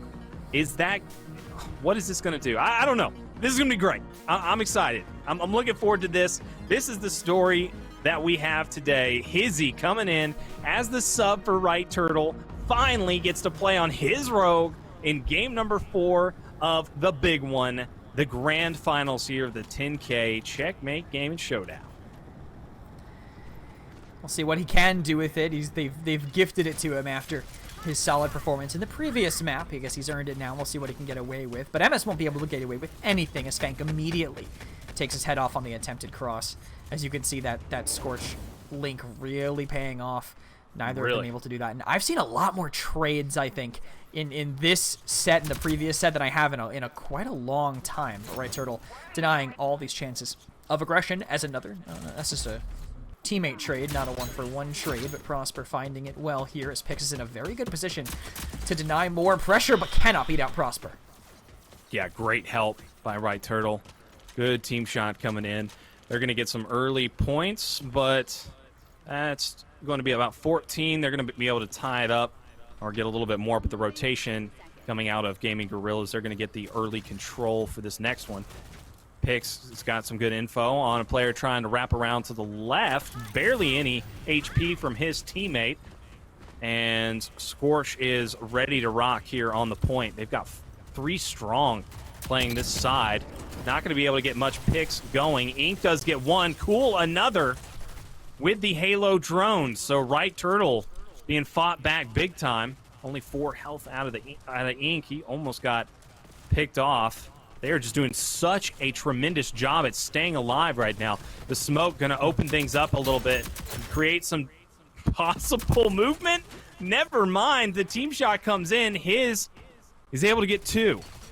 So now he's going to push in a little bit more with Prosper, and Prosper's going to land it. Oh my gosh. The team fire out of his and Prosper is coming to life, and it is glorious. It's a perfectly set up crossfire for them there. I think them being kind of far back really denied them the chance to do what they wanted there with Ink finding 2 in the next area. The hill is going to be coming up here. They're giving up this garbage time once again. It feels like I've seen it more on this map so far than I have historically. But now the rotation's coming in. He might be just a little bit out of position, but managing to get away from the moment. EMS's hold here in the mid-alley will be crucial up that highway if he can get a flank. It has to happen soon because he's already down 2 players. He's just gonna hold off and wait for the longer rotation on the side, but as soon as he moves in, as quick as it happens, he is gone. Prosper caught in the insane, fine because of the Scorch Link, but still will get picked off as the Gorillas start to count up time once again. Ink getting just peppered through the smoke, not even able to see the player that's shooting him. He's gonna have to be backing down. He goes in, he gets the intel that player is weak. Gonna get the weapon swap and now plays the corner perfectly. Does get the call out that Prosper is gonna be weak over here, so he's making his move, getting aggressive in this fight. Ink takes it and then wins. Very efficient shots out of him, just aggressive play out of the Dallas. And 68 all. We're about to be here with 17 seconds left in this hill. Cool, able to pick up Slop, Ink on MS, and he's moving in. He is not happy. You can tell Ink is ready to rock. He is fighting back in this one. They want to take this series. They do not want to go to another one. That is not the plan. 80-72, the rotation comes in. They're already racking up time on the next hill, so they have good position, and they get the first and second pick, so Ink rotating doesn't really matter. They have literally won this fight 3 versus 4. No chance from the members of Right Turtle as they go for a full reset here. Just got to make sure they don't get flanked. They're not doing this kind of aggressive angle takes, but I think that's just to deny the utility value. They don't want those halos that they use to clear those forward spaces to get anywhere near as much as they would be otherwise. This EMP early onto Pix, not finding him, but now the utility, as soon as he goes forward, does end up catching him down. It's a 1-4-1 as they finally pick off Pix, and the Halos finish off Fank as well. They try to clear it out, but maybe just not enough. Neither team racking up time just yet. They are still holding on to it here. We think finding Prosper, trying to push it, walking into the inset, almost killing him, but still counting up time. They just can't dislodge him. The early presence really being a big factor. These early rotations paying off. MS going to get the first one onto Fank, but Pixie answers back onto Slop, and then Ink as well onto Prosper. His is fighting, though. His is on the point. He's trying to make something happen, and MS is going to get the kill. So they're going to have to wait out here. They've got 2 on spawn, so now all 4 up. Oh, man, but Fank gets a good read off and is able to take down MS. This is going to be big. It's going to be moving in. His gets taken down by Ink, and that is going to win the first round. They are getting back into this one. Right Turtle, they're not able to secure those early flanks and getting into the hill and having that presence. What I'm noticing from how these teams are choosing to hold is that I'm going to tell you right now that I think sudden deaths might be, I'm not going to call it impossible, but I'm going to say sudden deaths are going to be very hard to actually pull off here. The way that these teams hold, they kind of put someone as a scapegoat almost on point, and then everyone else just plays back and plays these deep angles. If you're playing that in sudden death and your guy on point gets utility down, you lose immediately. There's nothing you can do. You need to kind of change up how you're holding. And they didn't really mix it up, and probably didn't feel like they could because Ink is just fragging out as hard as he is. You saw that one play by him, and now running away, caught out by Hizzy, though, who is really showing up here in these later rounds. Such a strong position by Right Turtle. Seem to be on the favored side here, holding them back as they have 41 seconds left. I mean, this is a perfect first hill. They're getting away with quite a bit, but immediately the Gorillas strike back for 2. Ink, once again, getting in there, trying to clean up the kills that he can. He's taken every fight that we've seen. He is just not letting up whatsoever. Here goes the early wraparound. Let's see who he can catch off guard. Slop is ready for it. He had the read. Knew exactly where he needed to place that one, and now Ink is forced to wait it out. Great timing, though. Slop goes down. Oh, he's able to get the trade in the 2v1. What a play out of Ink, and that's going to help the numbers game just a little bit in this rotation. That was a big fight. Pix is going to be able to win that fight out as well. So here we go. Ink moving back in off spawn. He's going to take that fight, and look at this man go. He's on the front line. He is trying to hit everything. Lands that Insyn. Insyn is good. Takes down MS. This guy is trying to do it all. Ink has been on fire all tournament long, and he is not slowing down. He's got his back against the wall in this series. He knows that he does not want to go to the next one, and he has taken it. He's got great positioning. He's able to land his shots, and his team comes through. Oh, there you my. go. They're able to win that fight, and they're going to get all of this time. When you look at a Dallas that's popping off like this, it just, you can see how just he's just getting them in a stranglehold. He's constantly revealing them, constantly killing the next person. Any play that they're trying to set up is just getting effectively wall hacked by these reveals and making it so difficult to actually set up anything with any sort of hidden information. And once again, he spots Prosper, won't be able to win that one out, but he is, again, this reveal will now probably set up for Cool, who has a very solid idea of where Slop and Prosper are playing, but can he take this 1v2? Not if he's burning out and burning away. Prosper finds him on the rotation out, and this hill will not be in Right Turtle's hands actually just yet. They're still being delayed by Pix and Ink, who are all the way around back, but with Ink finally falling, and now the following pick from Slop. Unless Cool and Fank take this 2v4, this should be Right Turtle finally getting some points on the board.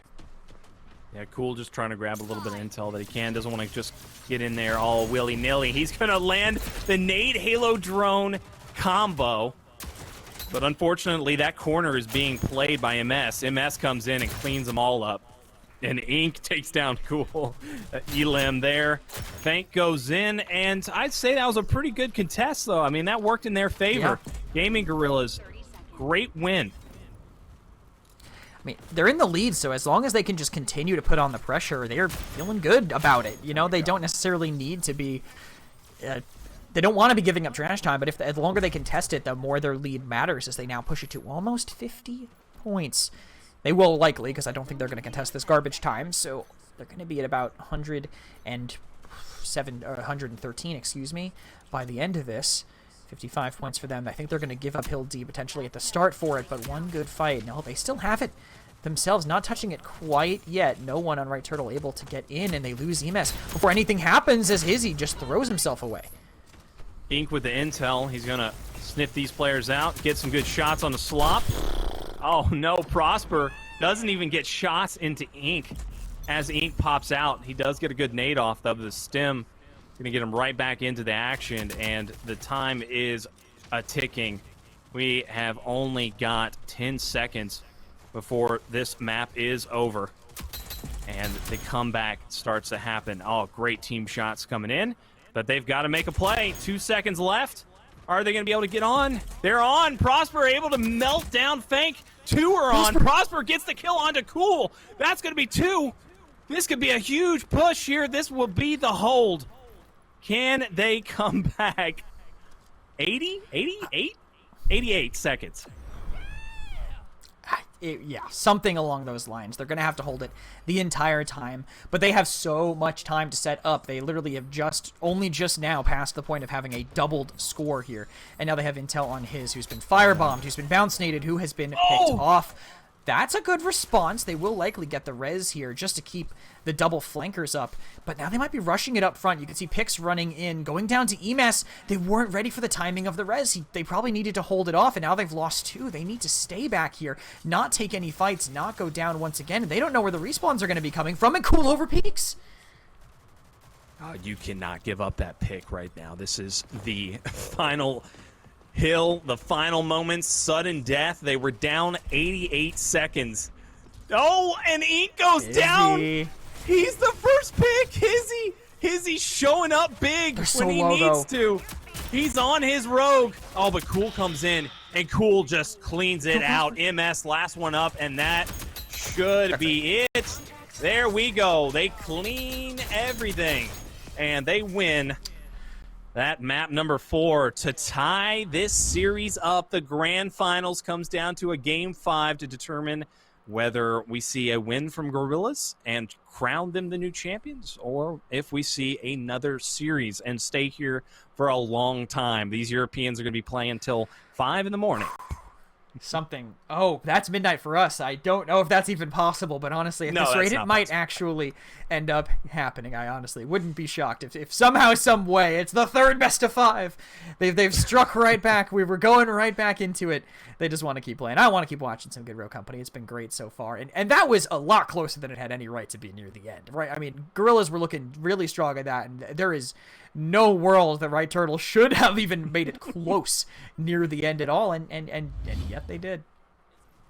Yeah, some big plays coming up. You got to say that Ink, though, was just really taking over with this Dallas. He was singling people out. He was holding forward and taking those fights that were really crucial. Had some great team wins at the end of round 1 as well. You see here, they were set up in that hill. Hizzy, though, I'm starting to notice that he is the first one down a lot in some crucial scenarios. And he does come up big in some fights, but we're going to need to see him to start staying alive in the early beginning of a fight. I believe there was 2 or 3 big fights there towards the end of round number 2.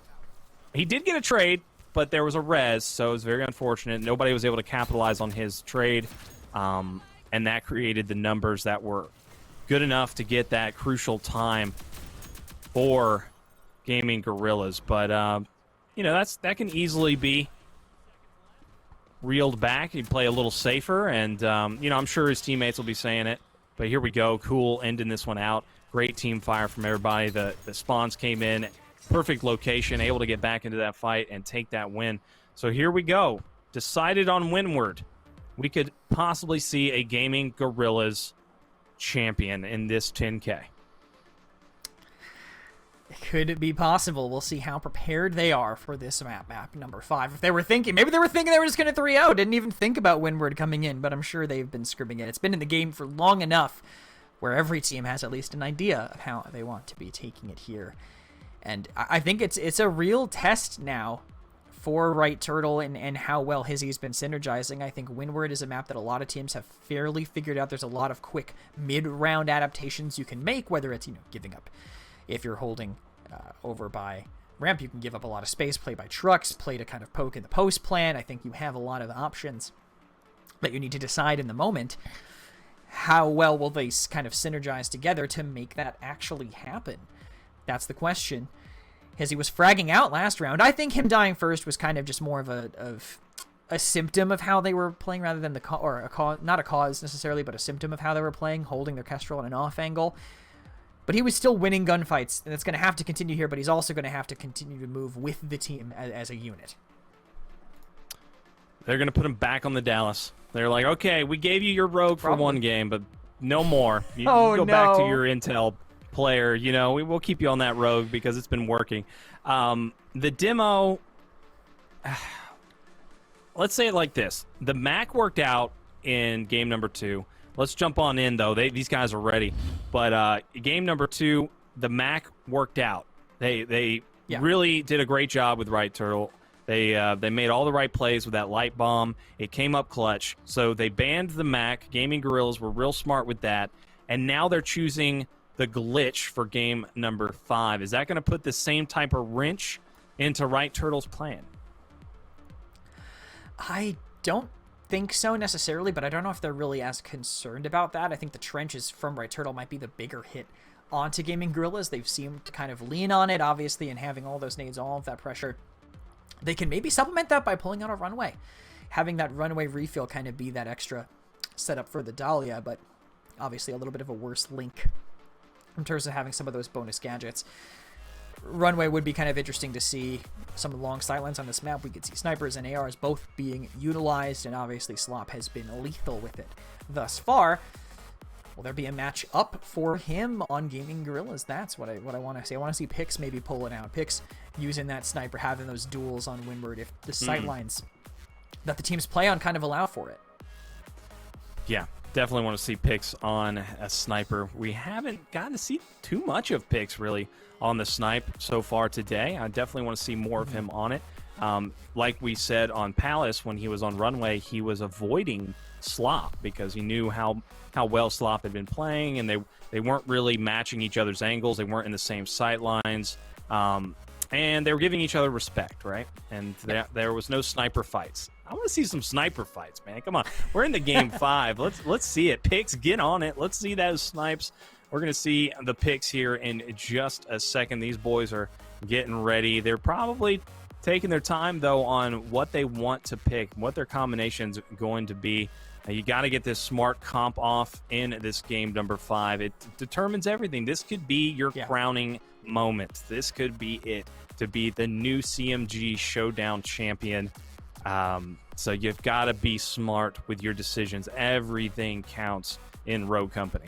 So right now, Gaming Gorillas trying to get their strats ready to rock, and we'll jump into this one. But I think Gaming Gorillas has done a great job at matching Right Turtle's aggression that we saw come out in game number 2 and 3. I think exactly what you said. They're hesitating.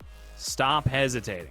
And that's exactly, I guess, hey, Coach Kresnik, you worked your magic again, man. They must have listened to you. They got the stream open. Well, we'll see. Either way, we'll see if that continues on map number 5. This could be the last one if Gaming Gorillas can really figure out how to take down Right Turtle on Demolition.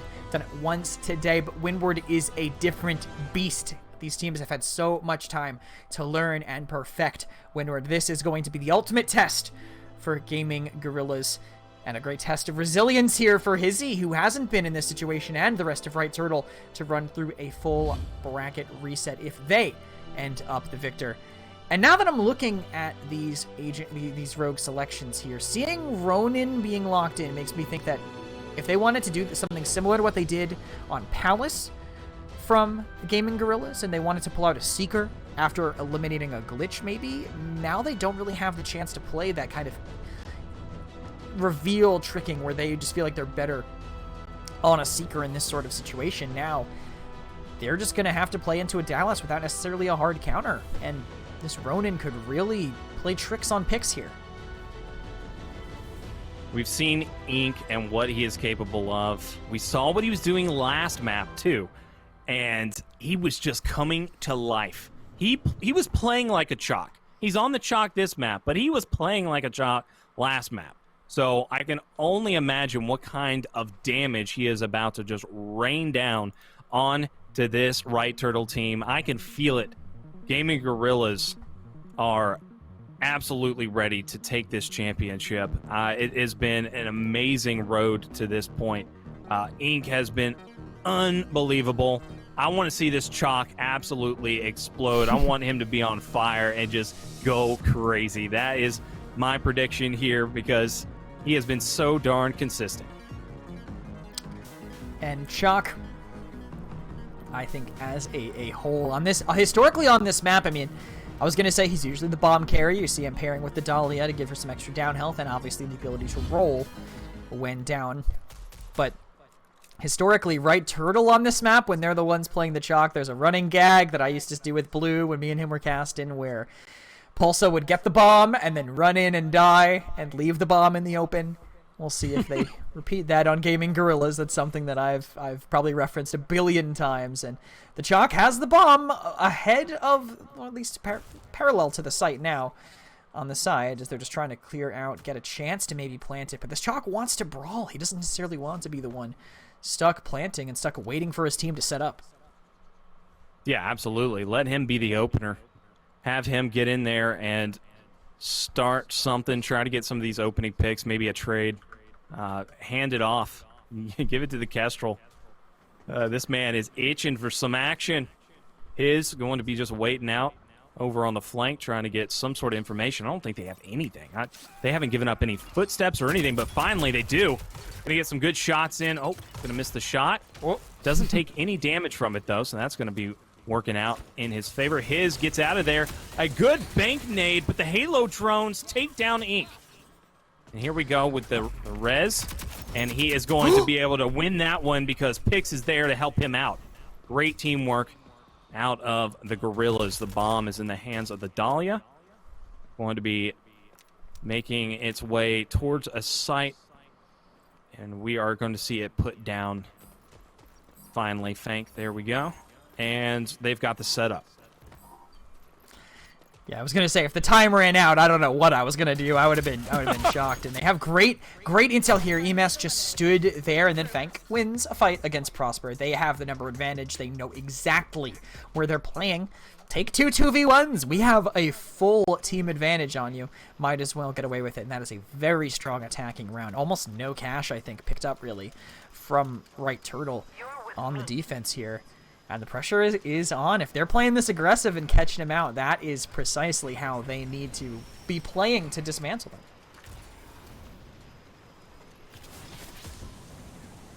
If you're just tuning in, this is the Championship Sundays Grand Finals of the $10,000 main event for Roco Company, the Checkmate Gaming Showdown. If you are interested in competing in these types of tournaments, make sure you visit checkmategaming.com and sign up today, because they are just chock full of good competition.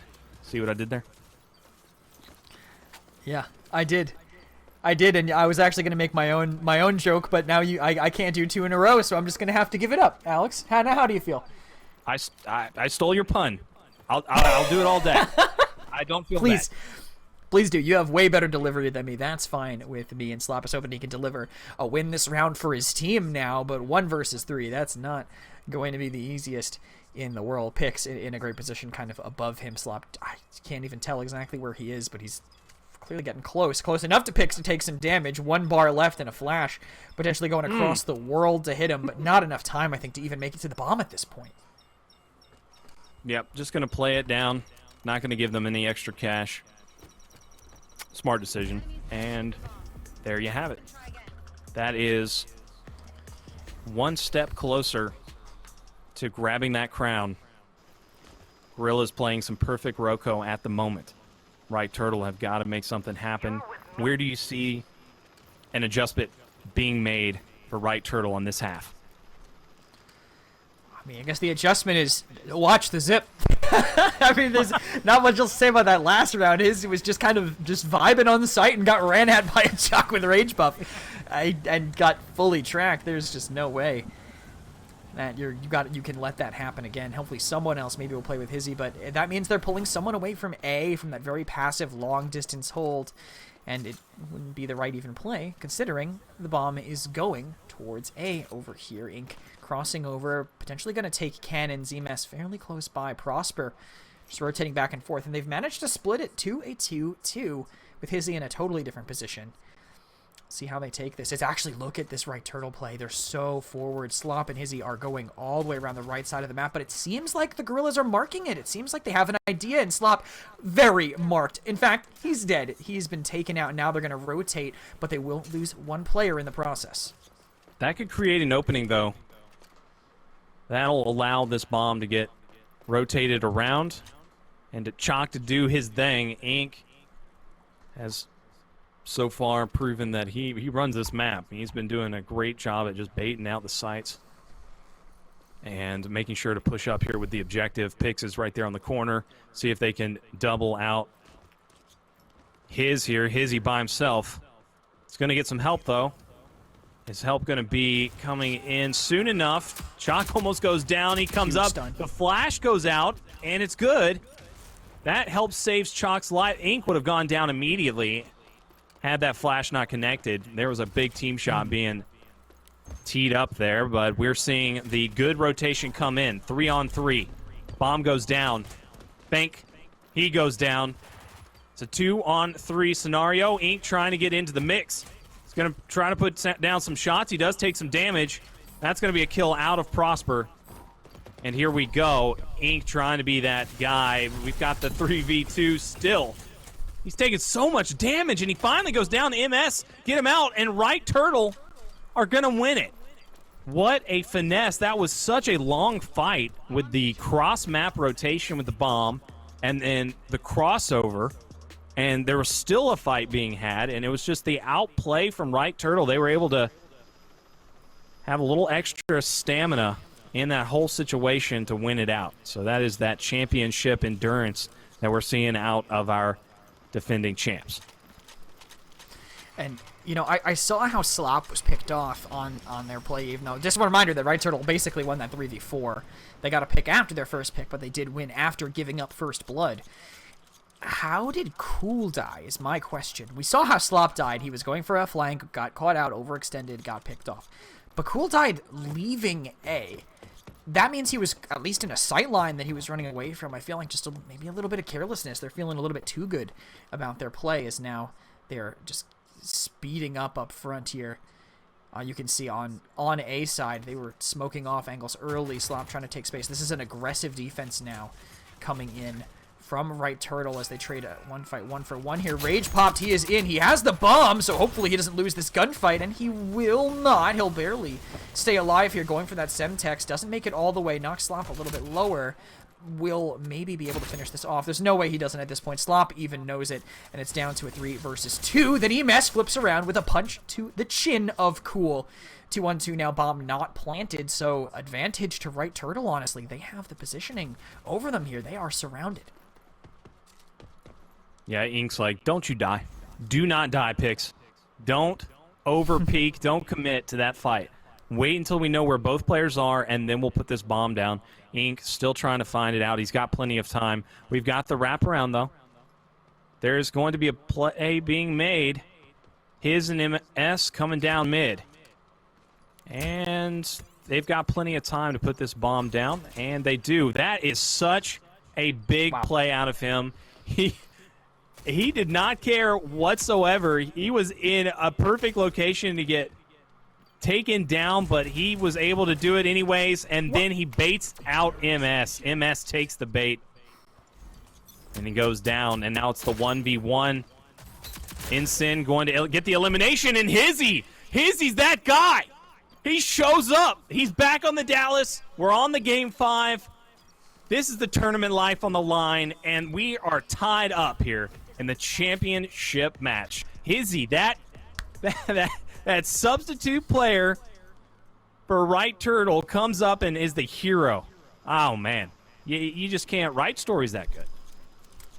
No, you can't. And, I mean, Hizzy really coming up when it matters there in the end. I feel like they maybe could have bought more time. I'm so glad we got to see that. Through Halos, too. No fear from EMS. I was worried that Right Turtle had literally thrown it away. That EMS just, like, this play earlier could have maybe, he just rushed in a little bit too fast on EMS there. Couldn't get the down onto Pix. Just threw his life away effectively. But the fact that Hizzy could win that one in the end, that Ink didn't want to buy time, wanted to take the fight instead of playing a little bit more towards the bomb, makes it a lot tougher for them, as Ink now pivoting way over to B side, something that feels like almost only Chalk can do on occasion, but slowing down, not going any further forward. They are waiting patiently to punish aggression coming out from the defenders.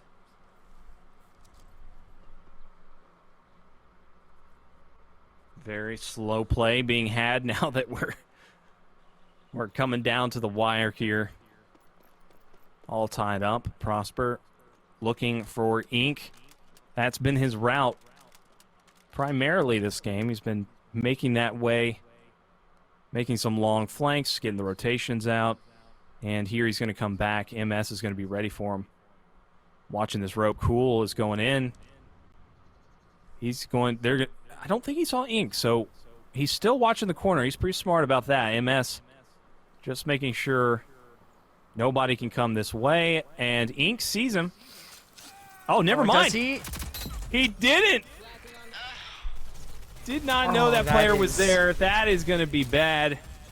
And it was exactly what Coach Krez said. Watch that rope. They watched the other rope. I mean, it was the other rope I was talking about, but I guess my advice still stands. That is a tough one. I mean, he must have known because he popped the rage, but he did it on the rope, so there was no way he was really going to end up winning that, and he's going in a straight line anyway, so it's hard to... I don't know. I can't get in their heads about the decision-making there, but I feel like the more they let them get set up, the worse it's going to be for them. I think they have to, again, spend utility to force them out of angles and then just take them. Their winning rounds with this composition are the ones where they took ground. They ran in behind it. I think maybe give the bomb to someone other than the Chalk at the start and then use the Rage to take ground and plant behind him as you move up with him. This time they're moving quickly, 2 over the Zip right away. Maybe hoping to stop MS even through all that utility. Might pop the Rage and fight him, but just tries to take the gunfight at 40 HP. Still goes down. Bomb still on the edge right now. Not picked up again just yet, but he's going to try to get aggressive. It seems like they are listening, but the other side of the map is where things are falling apart. Prosper takes down Fank. They have backed up. Bomb in the hands of the Kestrel for now, but they have to operate with a disadvantage. Ink trying to make his way in. Not seeing an opening quite yet. Doesn't get the right comms, and they do have a numbers disadvantage. Never mind. That is instantly taken out because of a hizzy pick. You know, Hizzy, you got to stay up, man. Come on. You had the advantage. Group up with the team, play the site. Can't be making some big mistakes like that in this game number 5. Gorillas are only 1 dub away, and they will be the new champs. Prosper taking that one. MS cleans it up, and the final fight here going to be the Kestrel. Uses the drones. Okay. But not going to be able to turn that into a kill. And Right Turtle are going to get a little bit farther into this one to possibly reset the bracket. They're on the cusp here, but still 4 rounds to go. They have at least guaranteed that they will leave this half with an advantage. No matter what, they are going to be ahead going into this second half, and this is the final round for them, so all that the Gorillas could do now is try to keep it as close as possible, take it to a 4-3. See how they decide to play it. Aggression, I was very fast from Ink, but he's the one that needed to be quick. The fact that they got naded on the other side of that Zip really instantly slowed things down. We'll see what they do this time. They are taking the same Zip that punished his last time, but no one's holding close enough. So he will get not even by. They were watching for this. Look at all the people they had there. Couldn't even get the Dahlia res off, and now they're walking up to punish the other players that were there. They get 1 down, but they can't finish it off. Slop flooding in from above. That's 2 for him, and it's down to just Cool versus 4. If they can get this last res, which it seems like they might be doing, as both of these stim shots get spent. Yeah, 1 versus 4, running away, SMG'd across the map, 5-2. Right Turtle are feeling it now. Well, they listen to you. Watch the ropes, and you will prevail. That's going to be it for the first half. And we might see a switch up here. We got Fank and Prosper on Dahlia. We've got the Ronin for Slop, and the Ronin possibly for Pix. So we've got no sniper play once more. Dallas and Kestrel, and a Dallas and Kestrel. So a mirror match in this final half of this series. So no chalk taken by the attackers here, which are now, as we know, going to be Right Turtle. Just wanted to keep things simple. They just think they can beat them in a even game.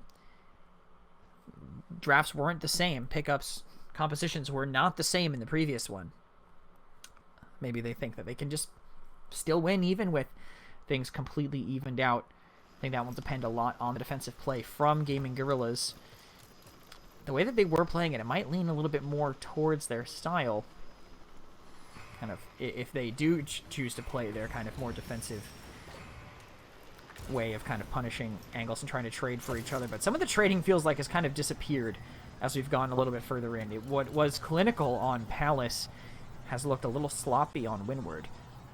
It has to be there for them to really win out here, as the attackers have chosen to have 2 players immune to reveal, so this Dallas even less effective potentially here, with a 4 stack coming on the left side of the map from their perspective, second guessing and maybe realizing where the weak side is.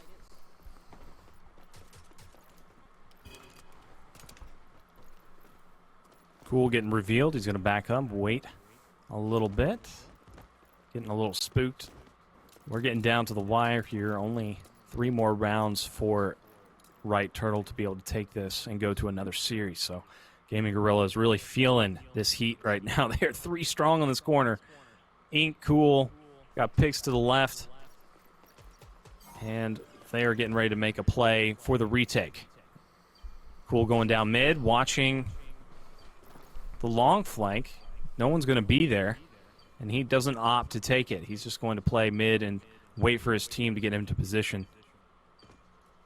And they're going to just head him straight on. Prosper playing the right, and he's just going to try to get in, but Ink's going to land a perfect grenade, taking out Slop. Almost kills Cool, only 2 HP. Wonderful position out of him. Good read. Excellent timing. What an arm. And here we go. They have the knife down here. Not going to get anything from that, though, as they shift around. I don't know if they're going to find a way in because Prosper's defensive positioning is just so good, Alex. Not going to be able to make it happen. And we are 1 round closer here to resetting it. Right Turtle are just all over this team. They know exactly what they need to do to take them down. They have read them like a book the past 2 games. It's been really incredible. We saw a great effort to get into that game 4. Ink was playing outstanding. Now he's back on the Dallas. He was on the Dallas last game when we saw him, so maybe that'll help him out. The Chalk did do pretty well, but wasn't good enough. We've got Right Turtle watching ropes. Looks like they might want to go this way, but they're going to second guess it, and this looks like it might be a little bit pokier. Now that you see this aggressive smoke, this says that they're going to be coming up to fight early, I think, and it's exactly what will happen, but Ink just cannot connect the shots. Those are nerves, and those are nerves that are not going to go away if they get sent into a second best of 5 here. But Cool, he is ice cold. He will get 2. He might get 3. Hizzy knocked low, but not enough, as Right Turtle is 1 round away from sending us to a second best of 5.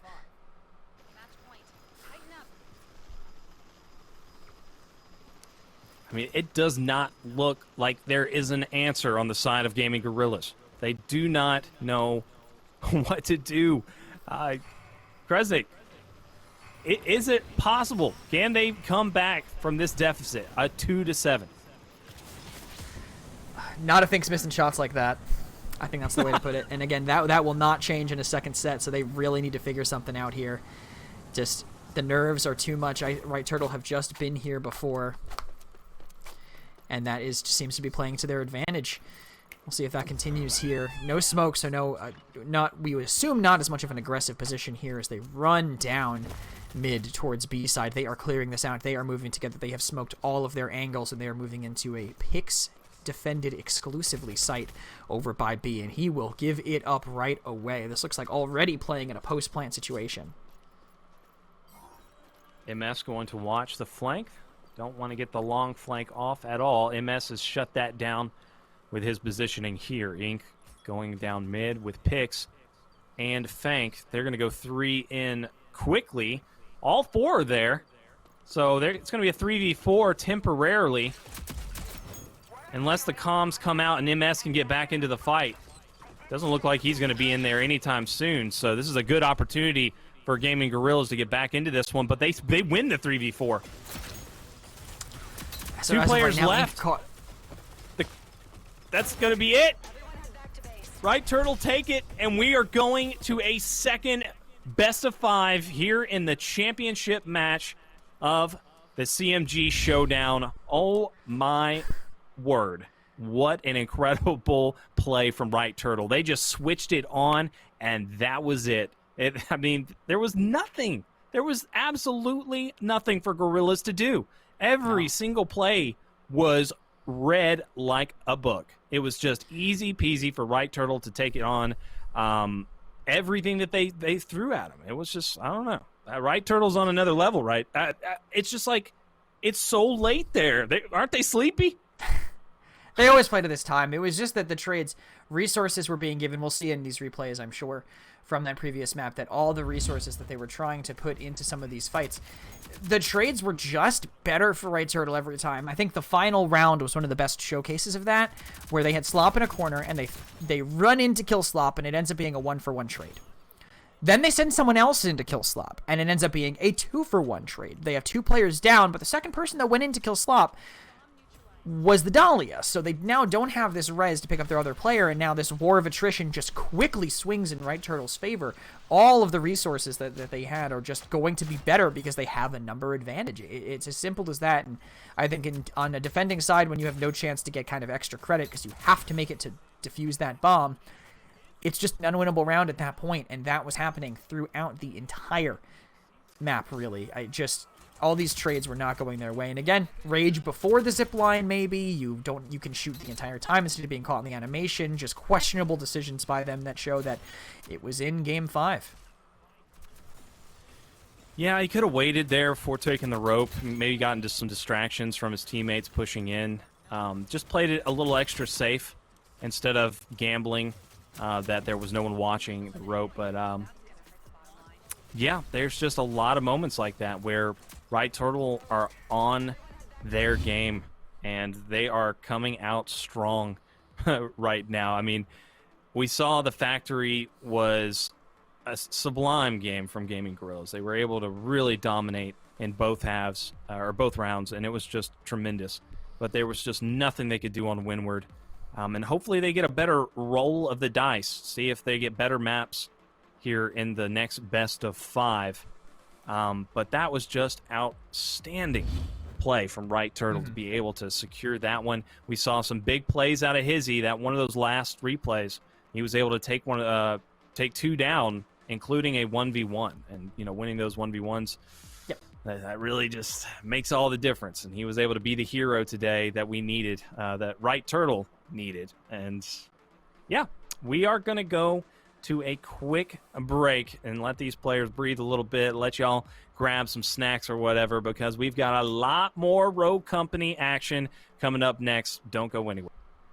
Welcome back to the 10K CMG Showdown. This is day number 2, Championship Sunday. We just witnessed the grand finals go to a game number 5, and the losers bracket team wins. So we are on a bracket reset. We just saw Right Turtle able to make it happen. The dream is still alive for them, and we're going to a new best of 5, Kresnik.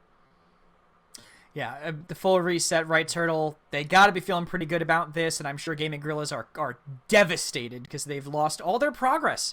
I've been on a team that's been in this exact situation before, and I don't know how their mentals are, but I'll tell you that my team's was, I think I was okay, but my team's was shattered, and it was almost impossible for us to make that comeback. Every team is different, of course, but it is very difficult to lose all the progress that you've made, and I think it is a massive advantage to the losers bracket team now coming in. They've proven they can win one set, and the fact that it's happening right now immediately, I'm giving a bit of an edge to Right Turtle. I think going in, because they've already done it once, and the maps that they have lined up seem like it's possible for them to do it again on.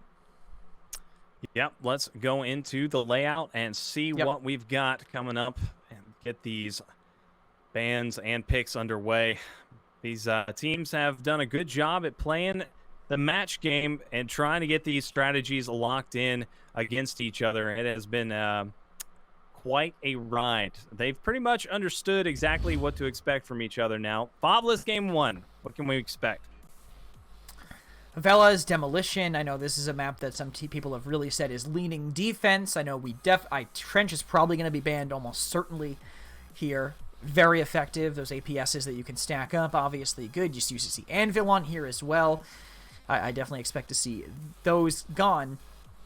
Otherwise, I think we'll see our chalk standards. If Kestrel comes by, we'll probably see Kestrel. We'll see Dallas more than likely because we've seen him basically everywhere as is already. And beyond that, I mean, there's some niche picks that we've seen on occasion. We've seen Lancers to take field. Not that we don't really see much demo Lancer anymore at all. We've seen Anvil holding either site for the shield post plants and for the APSs, of course. I used to see Seeker around when he came out, so a lot of potential for teams here on Favelas, but whatever team has defense second is going to have a bit of an advantage. It does seem to be a strongly favored side. If history repeats itself, Factory is going to go in the favor of Gaming Gorillas. We saw them play outstanding King on that map, and then Right Turtle, game number 3, we've already seen a demo on there, so that'll go in their favor. So Favelas this is going to be a Gorillas game to win. They want to be up 2-0 in this series before they go into that game number 3 on Windward, because we've already seen Right Turtle have proven to just be dominant against this Gaming Gorillas roster. They had zero answer in the first time they matched up in it, so definitely don't want to go into that one being down 2-0, because that will seal the deal for their tournament. But we've got the glitch, we've got the trench. That's pretty much what we've expected to see out of these two teams. How can we expect their play styles to match up with those bands? Depends on how they're going to adapt. I expect to see a lot of probably quick pivots to A from Right Turtle if they end up on the offense here a bit. The trenching glitch, I think that's just standard. I think that's just SOP. That's just standard operating procedure on this map. Glitch, fantastic on demo, just gives away so much info to your team. And trench, again, just locks down that upper area so effectively. You have to get rid of him if you want to really be able to push it effectively. The Scorch was one I wasn't necessarily expecting to see as quickly, but I understand having that maybe counter to Incense once those do come in, especially if it ends up being an Incense-heavy comp on the other side, with Vi getting past the PB process here. But if it ain't broke, don't fix it. But add a Scorch to it, maybe. Coming from them here, Ronin, Dahlia, Dallas, Scorch. And the only slight mirror there other than Cool picking up that Kestrel on the other side. So potential to really go away running with the cash from the Gorillas, and potential to just stand in fire. They're already feeling hot. They can get it a little bit hotter on the side of Right Turtle. Some real blue stats coming in hot at you. We've had 3 bracket resets in 10K history in Roco. All 3 were won by the original winner bracket team. So that would be, in this case, Gaming Gorillas. That just means these boys, they're not swayed, they're not moved by losing a match. That is not going to get into their heads whatsoever. But that was Justice 2 times, and Justice is a tough cookie. They're a very tough team. And then there was Right Turtle 1 time as well. So all 3 times that the winners bracket team gave up the first series, they were still able to win out the second one in the replay, or the extended bracket. So here we go, looking for the same thing from Gaming Gorillas. See if they can do it. They're making a instant push on the side of Right Turtle, but they're met, or I'm sorry, Fank is met with an instant death from those grenades. MS going to get a nice pick. Cool with the Halo drones on the Prosper and his picks, trying to get a shot off. He hears the footsteps, audio cue, and that is going to be the first round here for Right Turtle. And it was an attempt at aggression, an attempt at very quick aggression that worked out initially, but all that utility just clapped into each other at about the same time. No one really left standing. I mean, obviously, 3 players left standing, and then 2 at the end, but picks stuck in small garage with no one left around you. There's really not much you can do at that point when you get pushed from both angles at once, unless you push early and force one. But they were waiting. They had great positioning. That was just Right Turtle. As soon as he basically walked into small here, this defensive team, defensive comp should be fairly solid. You see 2 players in window just looking to poke players on cross. And how are the members of Gorillas going to find their way in? Ink is on a long flank, just looking to match up into Slop, but he won't even be able to spot him. Ink playing sneaky, trying to go for that flank, trying to see what he can make happen. He's still playing this corner, looking for Slop. Ink versus Slop. You gotta love it. Oh! 1 HP for Slop. Make that 4. Almost. Such a close kill. Prosper playing his corner, trying to play this one a little sneaky. This very, very slow game here on Favelas. Still playing the information game. They are definitely playing it slow, as expected on Favelas, I think. Some teams can play it really fast, but that's usually when you want to do a pivot to A. If you're playing up top, it's going to be slow, or you're probably going to get gunned down on the way in, unless you just happen to win every gunfight, and that's not going to happen most of the time. But here comes the pivot towards that low ground. You can see them walking in. Slopodopolis is ready for them, has his nade, has his ballistic, and lives through that initial nade, while putting his damage out in response here. They will disengage, they will stay alive, and they're wondering if up top is where the pressure really is going to be coming from. Ink coming in for a later rotation here, but Slop might actually be reading this very effectively, but a little bit early with the utility. Yeah, and he's going to run into help right on cue. I mean, there could not have been better timing there. He was able to help out his teammate at the perfect moment, and that is going to end the second round. Right Turtle starting this one off very, very strong. They were able to read every movement Gorillas was making. These demos really just being in the favor of Right Turtle. They are coming to life right now. Excellent play by both Slop and his teammate, able to put down the shot to the most. Good positioning. Slop being there for his team when they need him the most. Good, even eliminations and downs, 2 apiece for everybody, 2 assists from everybody. They're all putting in the same amount of effort. Here we go again. Prosper going to try to get some info. He sees 1. Make that 2. I think he possibly saw the 3rd go around the right as well, but maybe not. They're not going to be pushing in just yet. His is just going to keep this sight line, not let Pix try to get any type of sight line off whatsoever. He's not going to peek that. Just waiting this one out.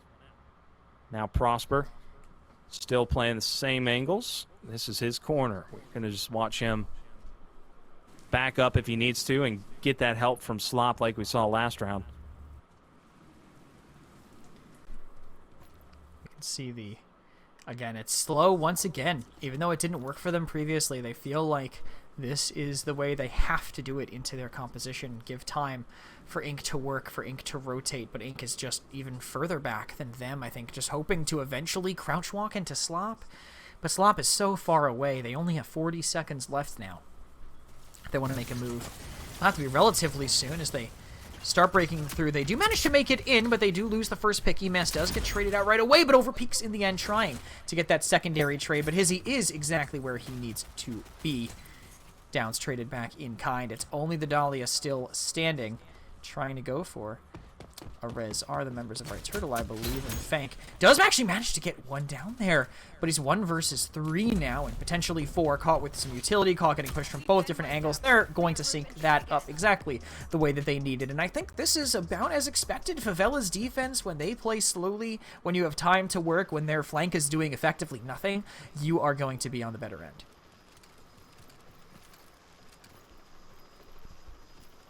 Right Turtle, with that championship mentality, seem to be getting just stronger as we progress. I'm sure they came prepared in every aspect. They made sure to sync up their sleep time and wake up as late as possible for this tournament so that they can have as much energy as possible. Here we go. We're going to see pretty much the exact same start out of MS, getting this angle off, and finally we're seeing a different push, seeing the crossover come in. Pix is still playing back just a little bit, playing this side. He's going to get the first off with Ink. That's a difference maker. That's going to really help them out here. We've got MS, but he's got a player almost taking him down, but he's going to get plenty of help out. The bomb was down for a second. They're going to try to get it. The res wasn't able to come out, and that's going to be 2 down for Right Turtle. This could be a huge swing of momentum. Bomb is going down. Pix is going to stick it, and he's able to do it and leave with his life. Excellent play is being made objectively. It is a 3-on-2. Kestrel is down. See if they're going to be able to get him back up. Doesn't. No, they're not going to be able to. And here we go. Another stalemate. Time is a-ticking. They've got to make it happen. It's 2-on-3 still here. Number disadvantage means they have to find someone early or just, I guess, move in together and manage to isolate someone. But they have such good high ground. They have to move quickly. I think the longer they wait, the worse it is, because then they're going to get forced to just defuse the bomb. Are they just going to give it up? They're trying to rotate around, or they're just maybe trying to clear high. But look how late this is. If they're looking to catch someone, they don't really need to care about exits here. Prosper does get downed, and it just seems pointless the hold there, trying to catch someone trying to push, but there's no reason for the team that's planted to push, and the time runs out. 3-1. Finally getting around on the board of the Gaming Gorillas. After their first time, they decide to give up B. Now, why not try to go for that? I'm trying to rack my brain. Is there any reason why they didn't at least try to go for it? Cash into a Kestrel would be my guess. Although I think the Kestrel might have been the initial pick, so I don't think it would have mattered as much. But I think they were just trying to deny the cash snowball, the build-up disadvantage that they would be having, more or less. But they also might have just thought it was impossible that they could have done. They just hesitated, talking about their plan too long until the bomb timer had ran all the way out. Any of those things might have happened here. But they're doing the same thing again as expected. This time, though, I expect Slopodopoulos to not be quite as eager to peek in the open in water, and he's not. He is holding up top with his team, watching cool like the rest of them as they look to move into A, where Hizzy is playing defense.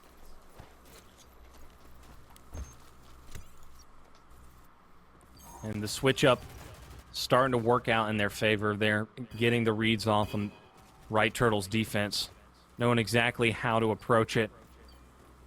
Only took a couple of rounds, but they're finally into the swing of things. And now they are at the advantage, playing the bomb. They've got a good setup going. Good angles. You see them all here. Ballistic knife maybe coming in from Pix. Smokes goes down. Cool, going to throw some nades through the crack. Not going to connect. Slop and Hits are going to be able to get 2 downs for themselves. Ink trying to get into a fight. Not going to be able to win it. Ronin, last one up, 4-on-1. No chance there in the end. Dive bombed from above. Maybe could have tried to take a 1v1 by not getting out of cover, by holding cover and gunning down the player who is jumping from up top, but instead pushing out, thinking that the angle will be better, but presenting effectively to 2 other players that have perfect crossfires there. So the defense, the strong defense from Right Turtle post-bracket reset continues here.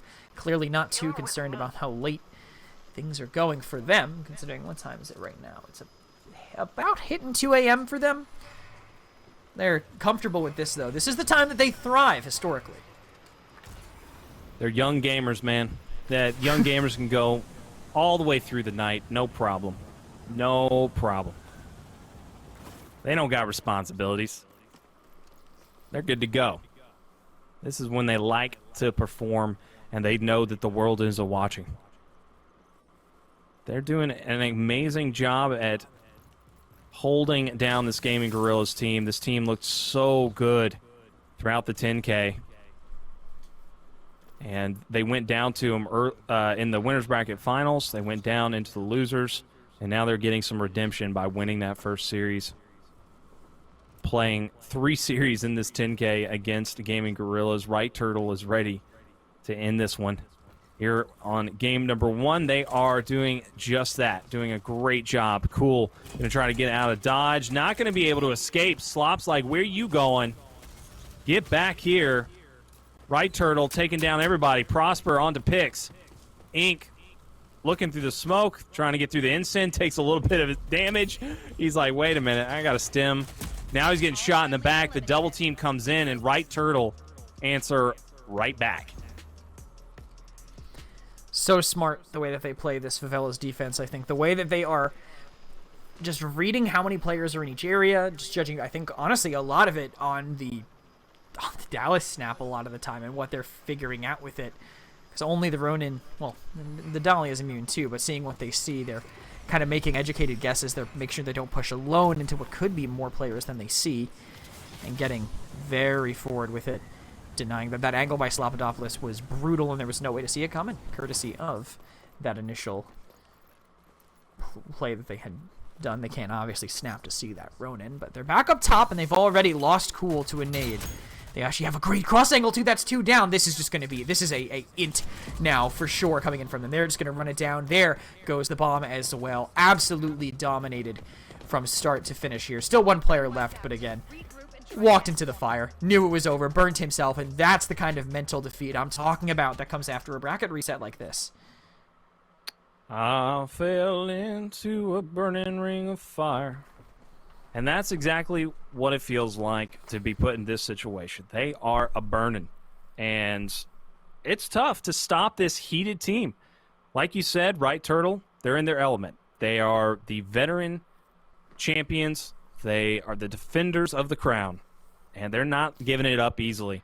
This Guerrillas squad are just racking their brain for how to answer back in this one. This is so tough. We've got the Hizzy back on the Dallas. That's exactly where he needs to be because they have been flawless as far as I can tell with him on Dallas. Just keep him there. That's his rogue. He's been playing excellent with him so far. We've got the Scorch. We've got the Ronin to be expected out of Right Turtle. And then we've got the Anvil on the side of Gaming Guerrillas. Is that switch up going to be what they need to come out on top here on defense? You're with me. It's possible, but I just don't know what it really buys them into them. They have plenty of incense to kind of burn them out. Obviously, Scorch on their side as well. Dahlia has a lot of link targets, but I think she's still just going to prefer to go towards that Ronin to really hide a lot of information, but she'd still do a great job, I think, of pairing with the Scorch for fire immunity or pairing with the Anvil for flash immunity, but not really any flash and stun immunity, excuse me, but no flashes or stuns or anything really potentially coming out at them here. Spank looks to take, again, some proactive defense. I think they're looking to work up forward. But, hey, I like this. Just start on the low ground here in the first round. Run out. They've already smoked the site, and they're running in, and no one seems to have noticed Slop just yet. But can they get this bomb planted? The answer is no, as 2 frags knock EMS down pretty much immediately. And they're stuck with just pistols trying to poke people away across the map. Instant wipe off of the server. Gotta love that excellent synchronization from those throwers. And here we go. We're going to see a little bit of a rotation back into B. Pixie going to try to take on some fire.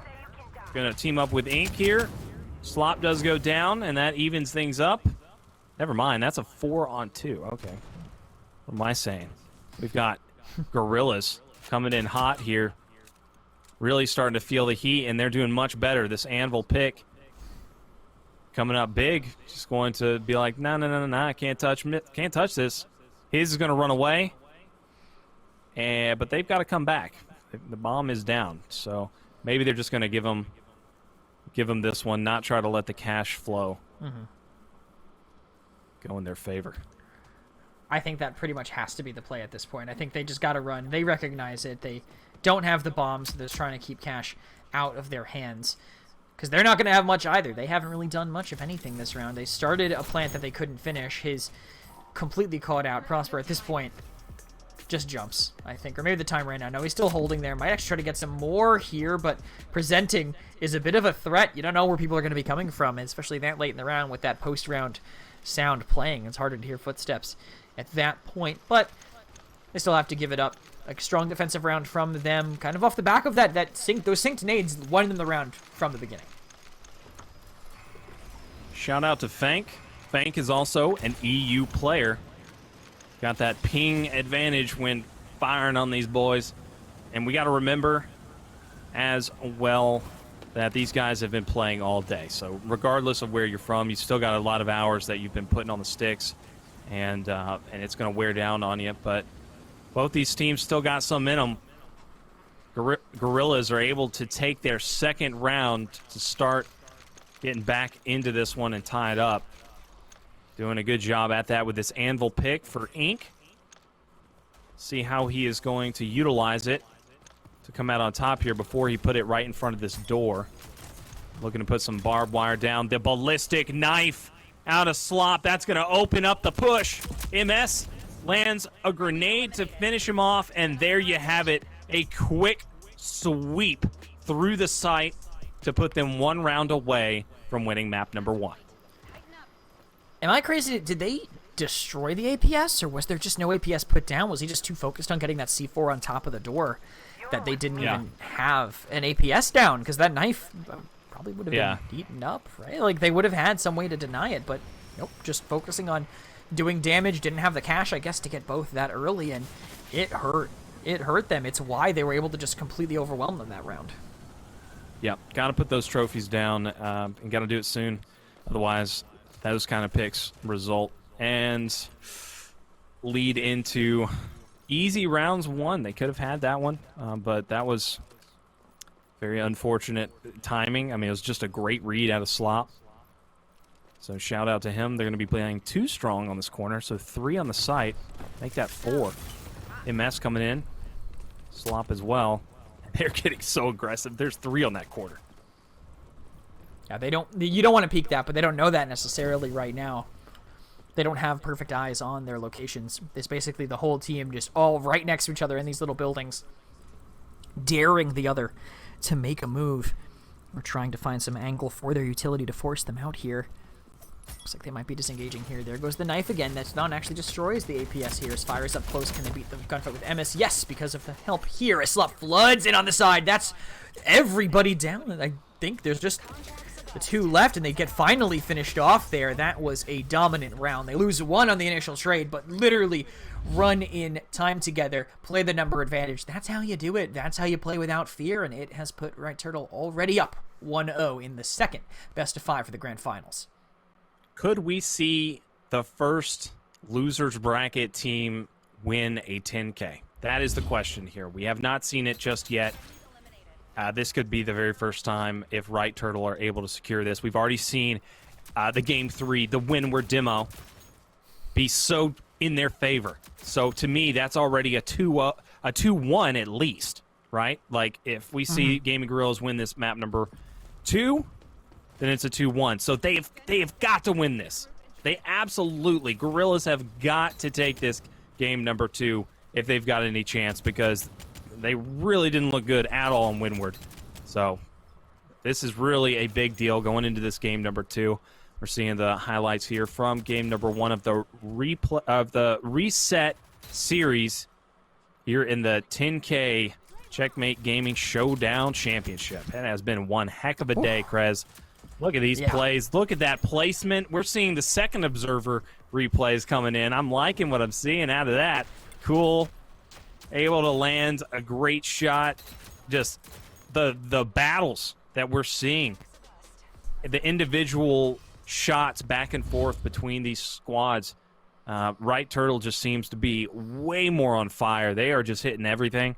And we're going into a factory. This is what they needed. Gaming Gorillas did so well. They got the 2-0 in the last series on King of the Hill Factory. Let's see if they can do it again.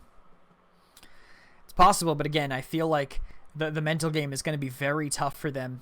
And I know that none of the losers bracket teams have taken it all the way before, but I think it's a different circumstance. Those teams were Justice and Right Turtle.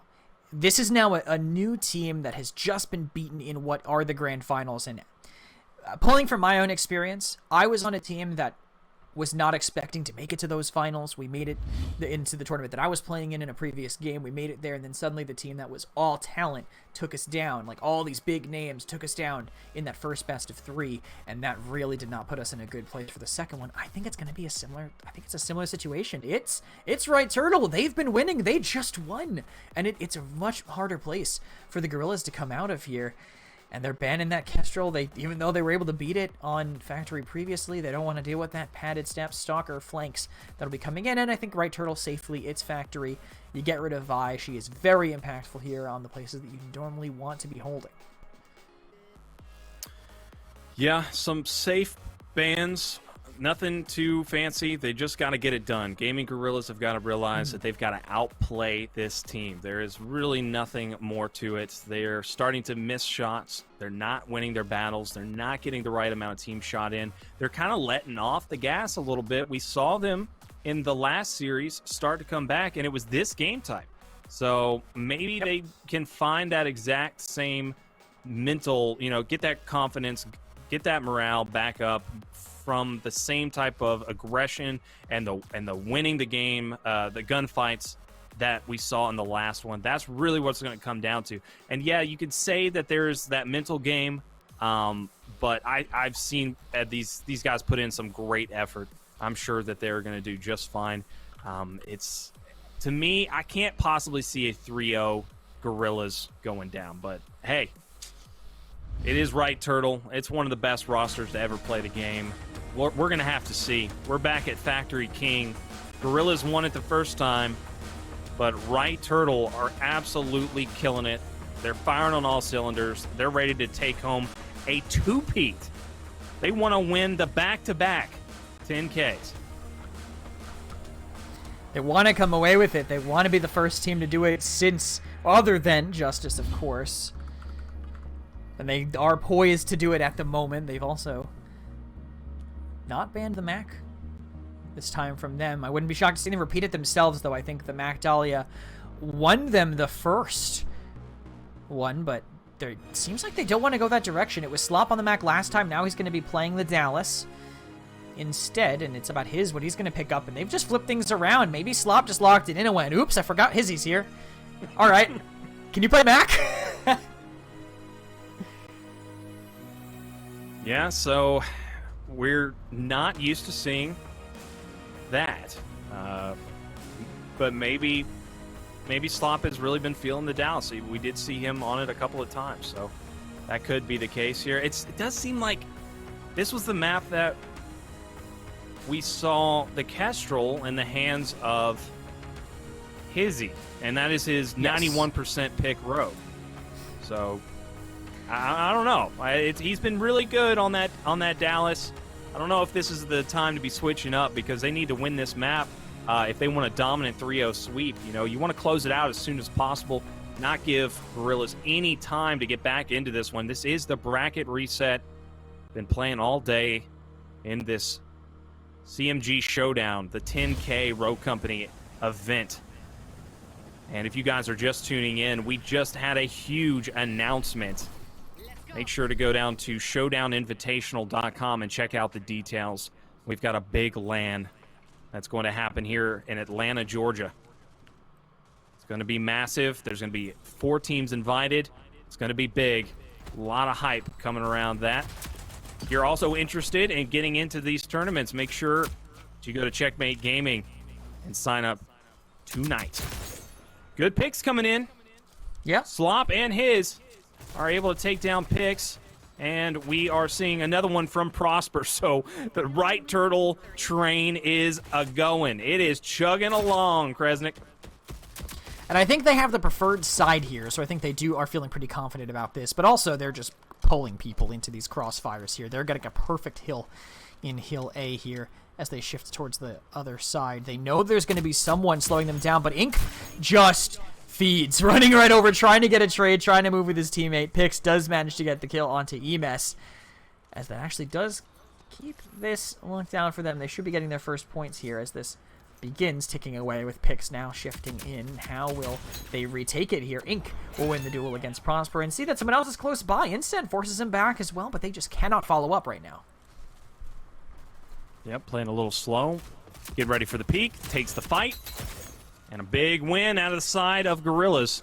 That's going to be huge to get them this time. Right Turtle starting off so strong, but like you said, they had the preferred side of the map, and they were feeling confident about it. Now Ink is starting to come to life. He was really that difference maker that we saw the last time, too. He was just unbelievable on that Dallas, taking over the game and making it his own. Let's see if he can do the exact same thing this time around as well. Ink coming in, taking out his. Going to try to get another one. Not going to happen. MS shuts him down, and they're getting ready for the early rotation here with only 16 seconds left. Still an even matchup. 3 strong on the new point. Good angles trying to be grabbed. MS goes in. He takes that trade. And the light bomb. That flash bomb has proven in the past to be a big deal. We've got Max on both sides. Got the link in. And that could really help them out here in the King. That could be the switch that they needed over on the side of Right Turtle. But tides are turning right now, as some slays are just all in the favor of Gorillas. Great play by them here to retake and kind of constantly force them into crossfire, something I felt like we were missing in some of the previous maps here.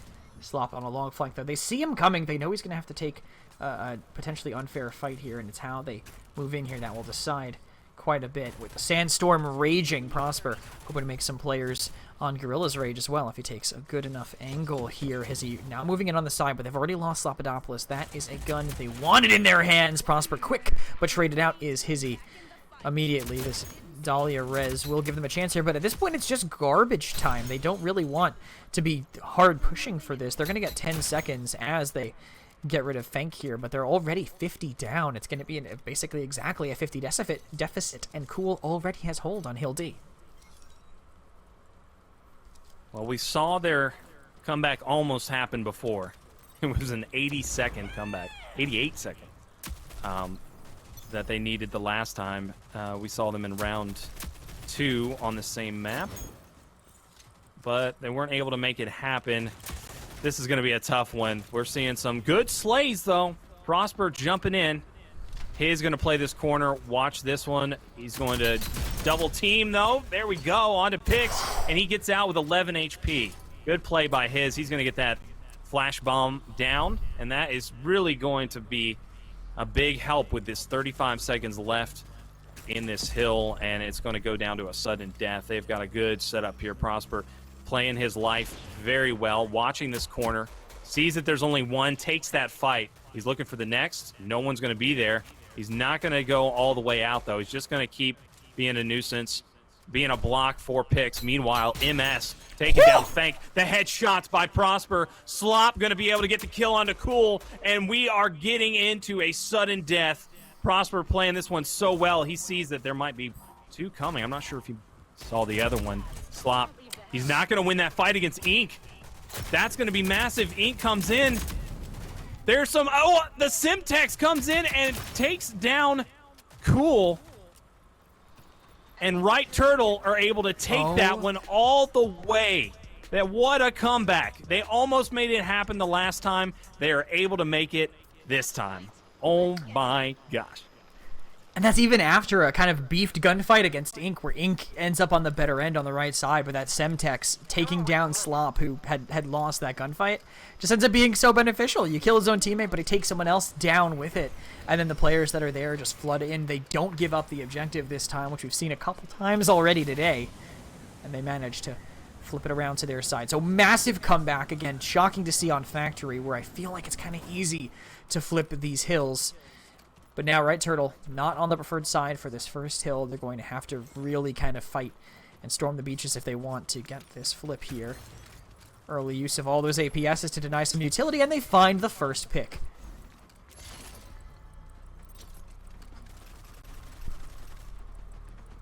Hizzy on the Mac. Might be the difference maker. Those light bombs really coming in to help. Slop's going to be there, putting down some damage. There we go. The enemy Mac on the side of Gorillas. It goes up. Pig's going to be able to pick up one up onto Hizzy. And here comes the kills from Prosper. Prosper in a 1v1 versus Cool. He takes the fight. He's going to win it. He's got the pistol. He's feeling confident with it. Now he's going to check this long flank to the left. The spawn's coming in right next to him, but the rotation is coming out with only 5 seconds remaining.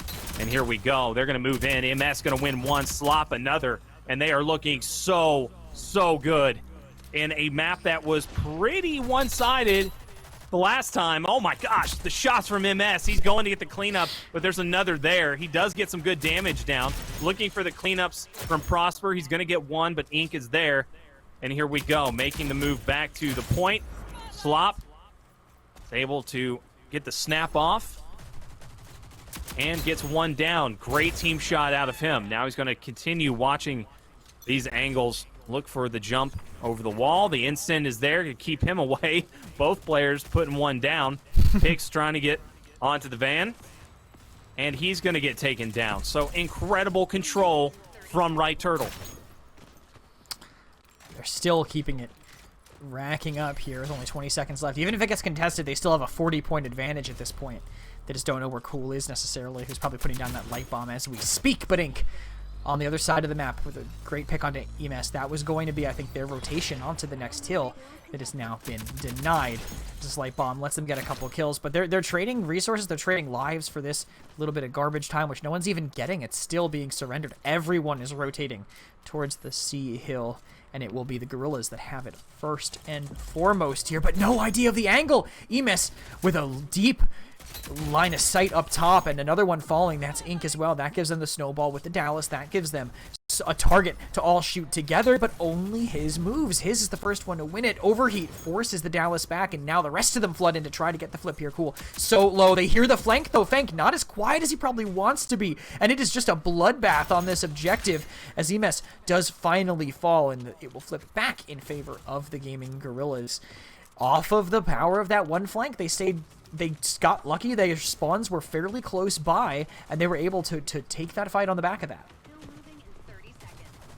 Fenk playing this one tight. He's going to jump up, get the good shots in, but he wasn't ready for Slop playing it back a little bit, and he goes down. And we are going to get this one with a tiny bit of a lead from Gorillas to get back in here, but the rotation coming out. Ink's going to get ready. He's always on top of that, but Slop is always ready. He's got that read. He knows where Ink is going to be. I mean, he had that Dallas reveal too. He had that great intel as we see a fight happening in mid. Slop wins one, but Fank wins the other. That's a 1-for-1 in the grand scheme of things. But it is traded back right away as Right Turtle continue to climb the counter on this final hill, one they've been so successful on previously. But they don't seem to have the same kind of hold on the rest of the map like they did the last time. It's going to be on his, I think, to anchor here with the difference in spawn locations now as his APSs getting used up and all this utility coming in, but they're still holding strong, and the light bomb is ready to go, but it doesn't hit who they want it to, but still the gunfire is there. 2 down, make it 3 as everyone on Gaming Gorillas just collapses on the way in. Hizzy playing lights out. He's got that light bomb down. The APSs were able to protect him, and that is a crucial play to be made. MS going to take a pretty ambitious fight, if I must say so myself. That respawn not going to be in his favor. They immediately were able to double team him down, but maybe he was able to gain a little bit of ground there. His is able to get the first pick onto Ink. We've seen just a tremendous effort out of his so far in this finals. This has been an incredible showing out of him. He's going to be able to get the trade as well. So the first pick and the trade, the sudden death picks, he's able to get one, Prosper another, and that's going to be it for game number 2. Right Turtle are 1 away.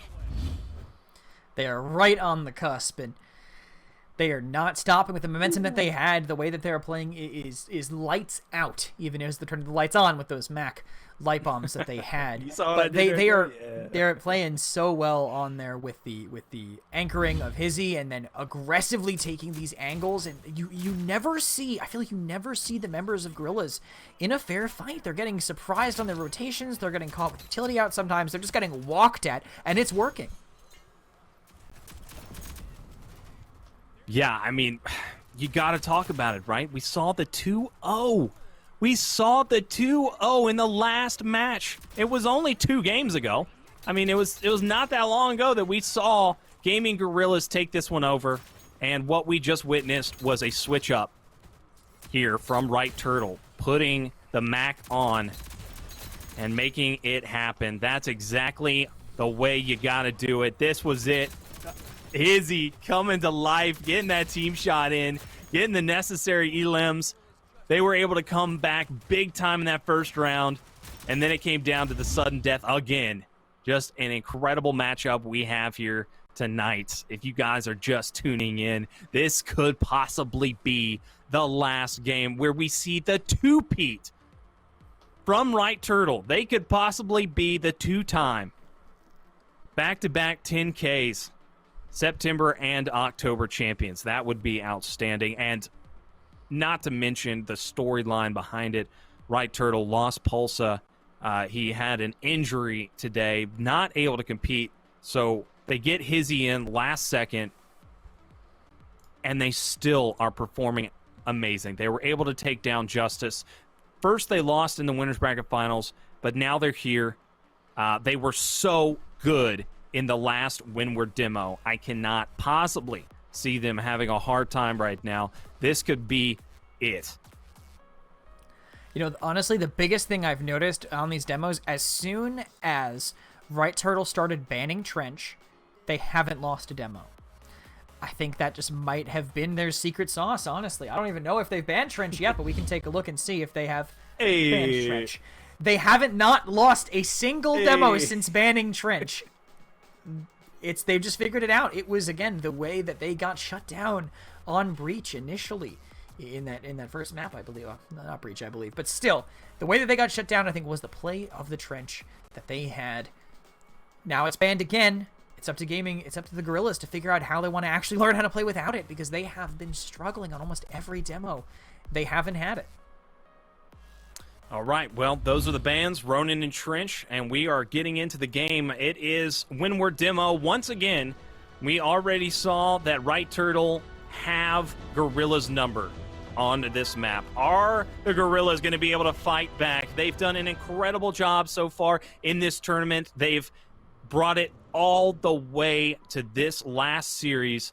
They've been outstanding, but Right Turtle is starting to get the reads off. They're understanding exactly how this team ticks. They have downloaded all the information they need, and they are ready to execute the final game. This could be it. We are seeing some rogues teed up. His on the Dallas once again. And we've got a glitch out of Immis. Castrol out of Slop. Dahlia for Prosper. And there's still a little bit of chatter over on the side of Gorillas, deciding what exactly they want. The Dallas gets locked in. The glitch going to be a little bit of a mirror match, except for the Chalk. We saw the Chalk in the last Windward, and it was Ink. He was able to make some good plays. We did see some pretty good ones come in, but he was playing a little too aggressive. If he can learn to be a little bit more passive on the rope or on the flank or on the rotations and just really get this timing down with his squad, he could possibly make some big numbers happen. Krez, what do you think Gorillas has to do? They're running the Chalk once more. They feel confident in it. How are they going to make this difference in Windward the second time around? The only rounds that they won were the rounds that they played Chalk blindingly fast, where they were just super quick down, pre-utility, before they could get slowed down. They were moving faster than the speed of utility, literally. That was the only rounds that they took the last time they were on Windward, just 3 maps ago. I feel like they have to repeat it, because they didn't win doing anything else. Again, I also like the idea of the Chalk giving the bomb up to someone else on the way in, and then looking to clear beyond the site, because I feel like that kind of opens up the door for someone else to come in behind once you've already cleared it out and force them back to an angle. It's just fairly difficult to do in this game when you play it that way. And Right Turtle, you can see they are playing exceptionally well right now. Far back here, taking poke from Thank, but it doesn't really mean anything. Never mind. Prosper going to land that one. The Tom Nady going right into the lap of Thank. Rez not coming out yet. Here we go. But the push comes in, and the Halo drones are good on the Fang, taking him down. Slop, extra, good job by him, a good extra read there. And now Prosper trying to get a little bit of information for Slop, telling him where the push might come from Cool and Ink. Oh, that was a last-second elimination, too. He had no time there. That player was getting rezzed. 3-on-4 situation, trying to get an opening started here, but they are 4 strong and they're watching every angle. MS on this corner. He's going to take the fight. He just runs in a straight line at Pix, takes him down. The nade onto Cool, and that is going to do it for round number 1. Oh boy, Right Turtle are right where they ended up on Windward, looking impenetrable. I think letting the glitch through might be hurting them, because a lot of the rounds that they've won against the members of Right Turtle on the side of the Gorillas has been Again, on Windward, it was just being very fast. It was surprising them. It was catching them off guard. You can't surprise the team with a glitch. They can't surprise you. You're basically just saying, we're both going to know where we all are at all times. And you'll have to just play better than us without that knowledge. You know, with the Ronin gone, there's really nothing to hide at this point. It's just knowing the maps better, knowing where to throw your util, and how to play around basically having your pushes known going in. It will be an advantage, I think, to the defending team, but you can see how well they're playing it. MS watched the glitch the entire time, pushed out at just the right time. They see that MS is there, but they don't really punish him. But now they do, because everyone else ran away. No coverage from mid. They run up mid. They catch MS on the way out. No calls that there was no cover. So that's a free pick immediately, and now they have a lot more information to play off of. Good team shots. Ink going to come in, grabs it onto his. His goes down. Prosper's there, though. Takes down Fink and Ink. Wait, Fank and Ink. Okay. And here we go. Slop going to get into a fight versus 2. Not going to take that one. 2 on to 3. The last player up. Going to be the Kestrel. Prosper going to get that nade off, and it is a 3v1 here for Right Turtle.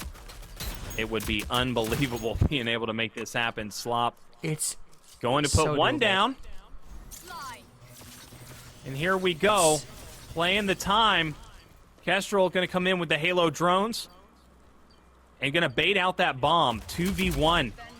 Could we see it? No. Ink going to shut it down.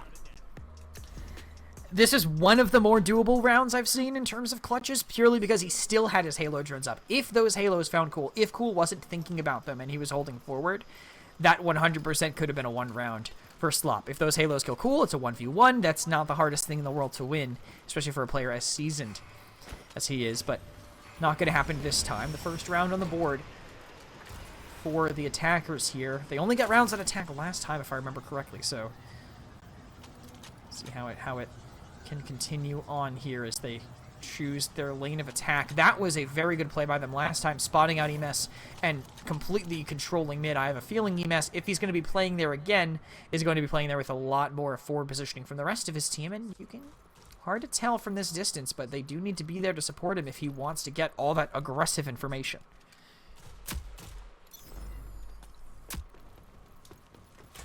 Good hits being landed, but Fank, he's going to get shot. Oh! He's able to thread that needle, gets that shot off. A quick little shot onto MS to take him down in mid-roll. Now it's a 2-on-2. Do have the glitch down. Oh, it's a 2-on-1. And we're back to the Kestrel being up to Slop versus the exact same players.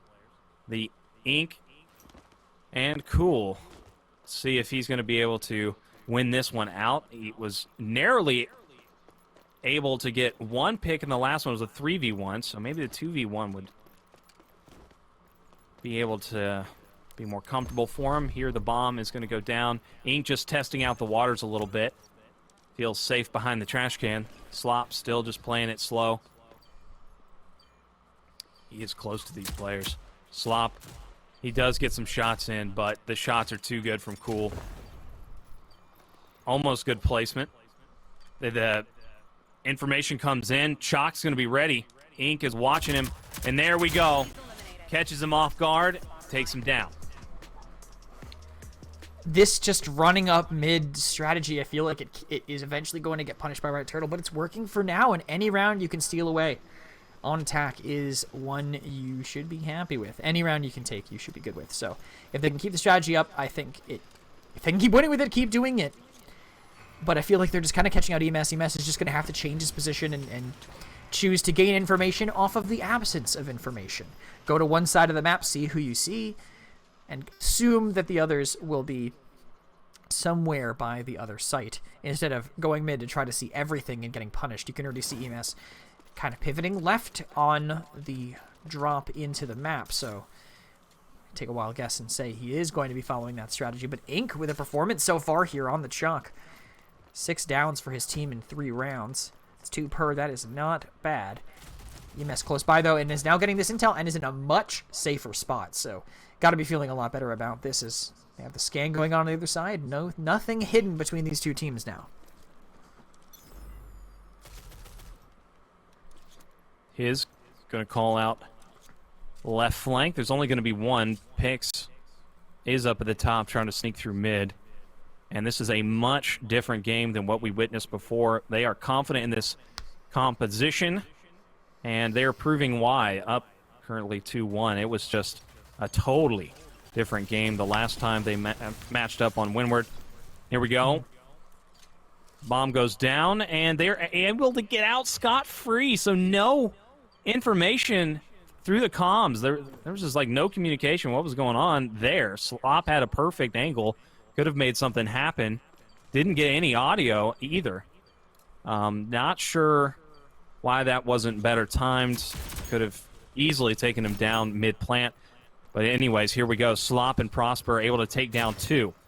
It's going to be a 3-on-2 here.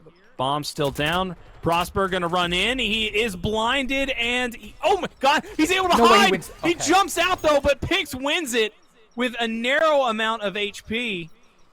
And that is going to do it for Right Turtle. They are able to clutch that one out and tie it up. I mean, the fact that Pix almost died while he was fighting someone who was full blind is very, very hard to swallow. They took a lot more damage than he needed to. Could have flashed on the way in. But it was just mostly, I think, good timing by Prosper. He knew where the fight was going to be coming. He ran in, caught him mid-flash throw, which is why he was able to track him as effectively as he was, and force Pix to hide, even though he was fighting a player who literally could have been doing the same thing with his eyes closed. It just ended up working out because of the excellent timing that he had, bringing it back to a 2-2 game, and this is just about as good as they started on attack, and how Right Turtle adapted. It was what really put the nail in the coffin for them. And they changed up their game. They were running up very aggressive in mid, and now they're not. But they could catch out EMS if they revert back to how they've been playing previously. MS watching mid. Gonna try to get some intel. Does not see Pix just yet. Got the radar in his way. Can't see what is going on there. Slop gonna move over to him. Does get some good shots onto Fank. Gonna back down and just wait this one out. The bomb is planted though, so the pressure's on here. Pix gonna run away. MS looking to head him off, maybe trying to catch him. The hunt is on. Prosper gonna be able to get the down onto Ink. That is not gonna be a res for them, so the 4v3 coming in, but Fank, he's gonna even it up, taking down Prosper. Pix coming in as well. Right Turtle not looking good. Gorillas doing some good things here. Slop, though, he comes in with the Halo drones, and he hits his shots. There we go. That is the Slop that we want to see. He has been outstanding all day. I tell you what, man, if they win this tournament, he's got my MVP vote for sure. Yeah, I think 100%. The runway performance, the Kester performance, the Dallas, that little bit of the Dallas that we've seen from him has been incredible thus far. I think him and Prosper as a duo have been a key part of the success of Right Turtle for a very long time. They're continuing that trend here, even as we get further in. That was an adaptation attempted by Gorillas where they got flanked last time, and that's why they lost the round. They got flanked through mid on the deep rotation. This time they play even further back so the rotations don't come in, but that just gives Slop the front for free. They can't... I feel like they're trying to fix it. I had a metaphor in mind, something about like fixing a vase with a hammer, like using the wrong tool to fix a situation. They could have just maybe half and halved it, where they had at least just one person with eyes on mid instead, but they way over adapted, and they need to just find that middle ground that will let them actually react to what Right Turtle are doing, because they're just constantly poking holes in their post plants.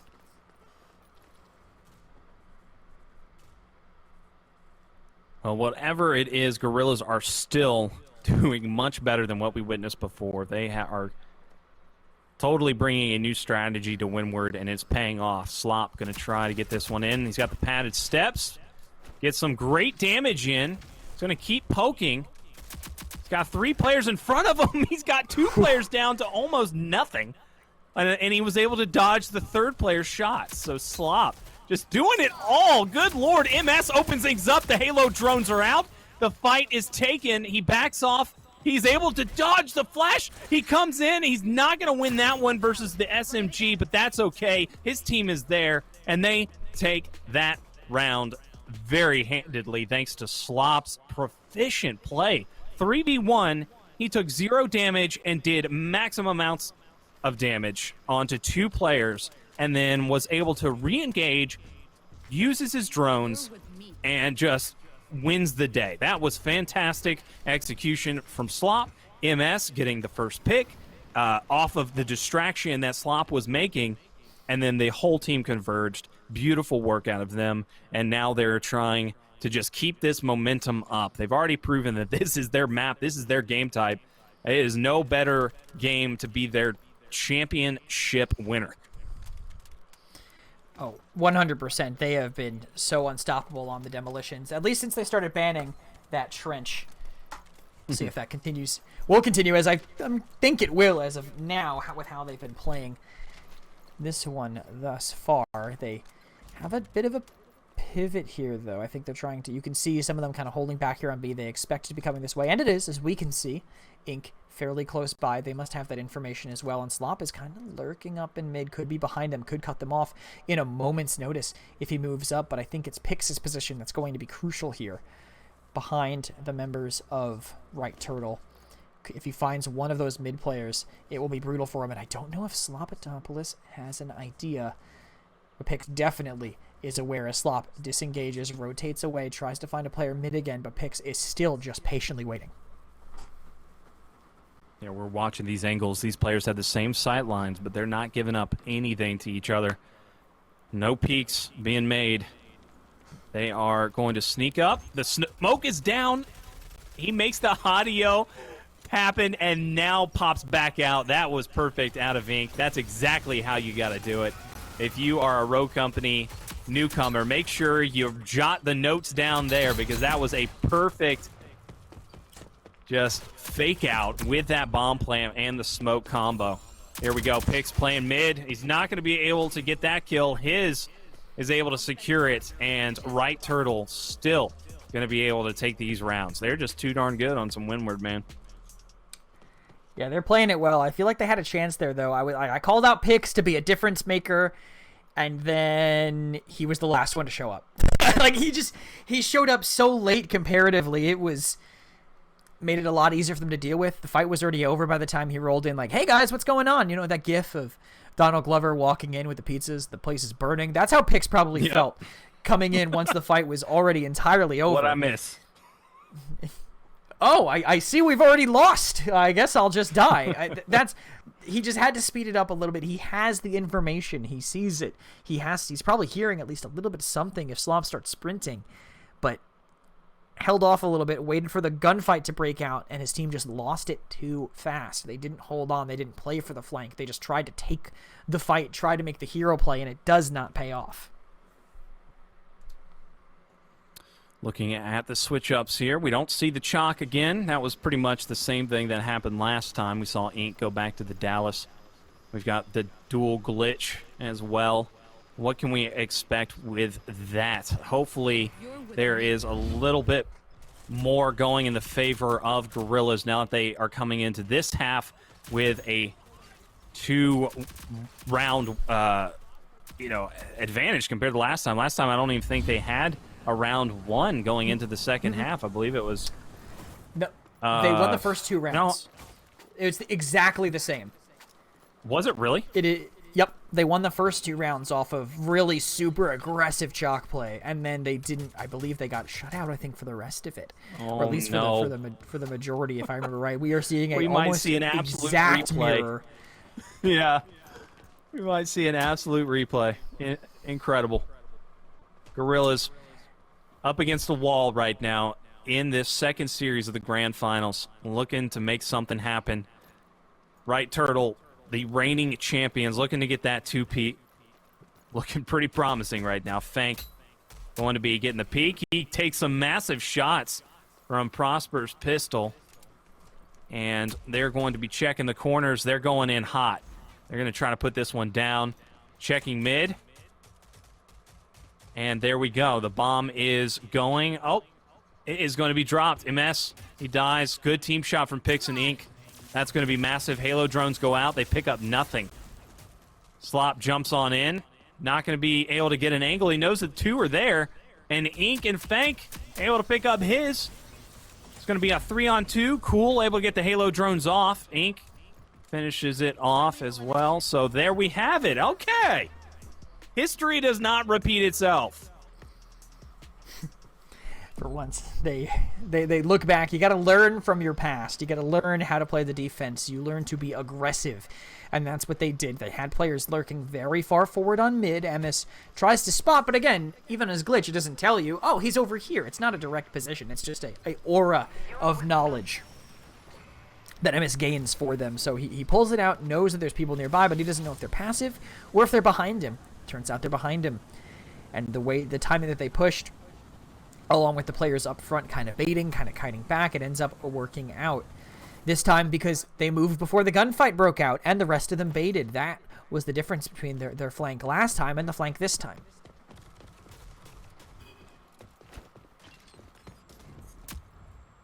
Oh, the flash comes in. Slop's going to get that nade off onto Cool. A big opener.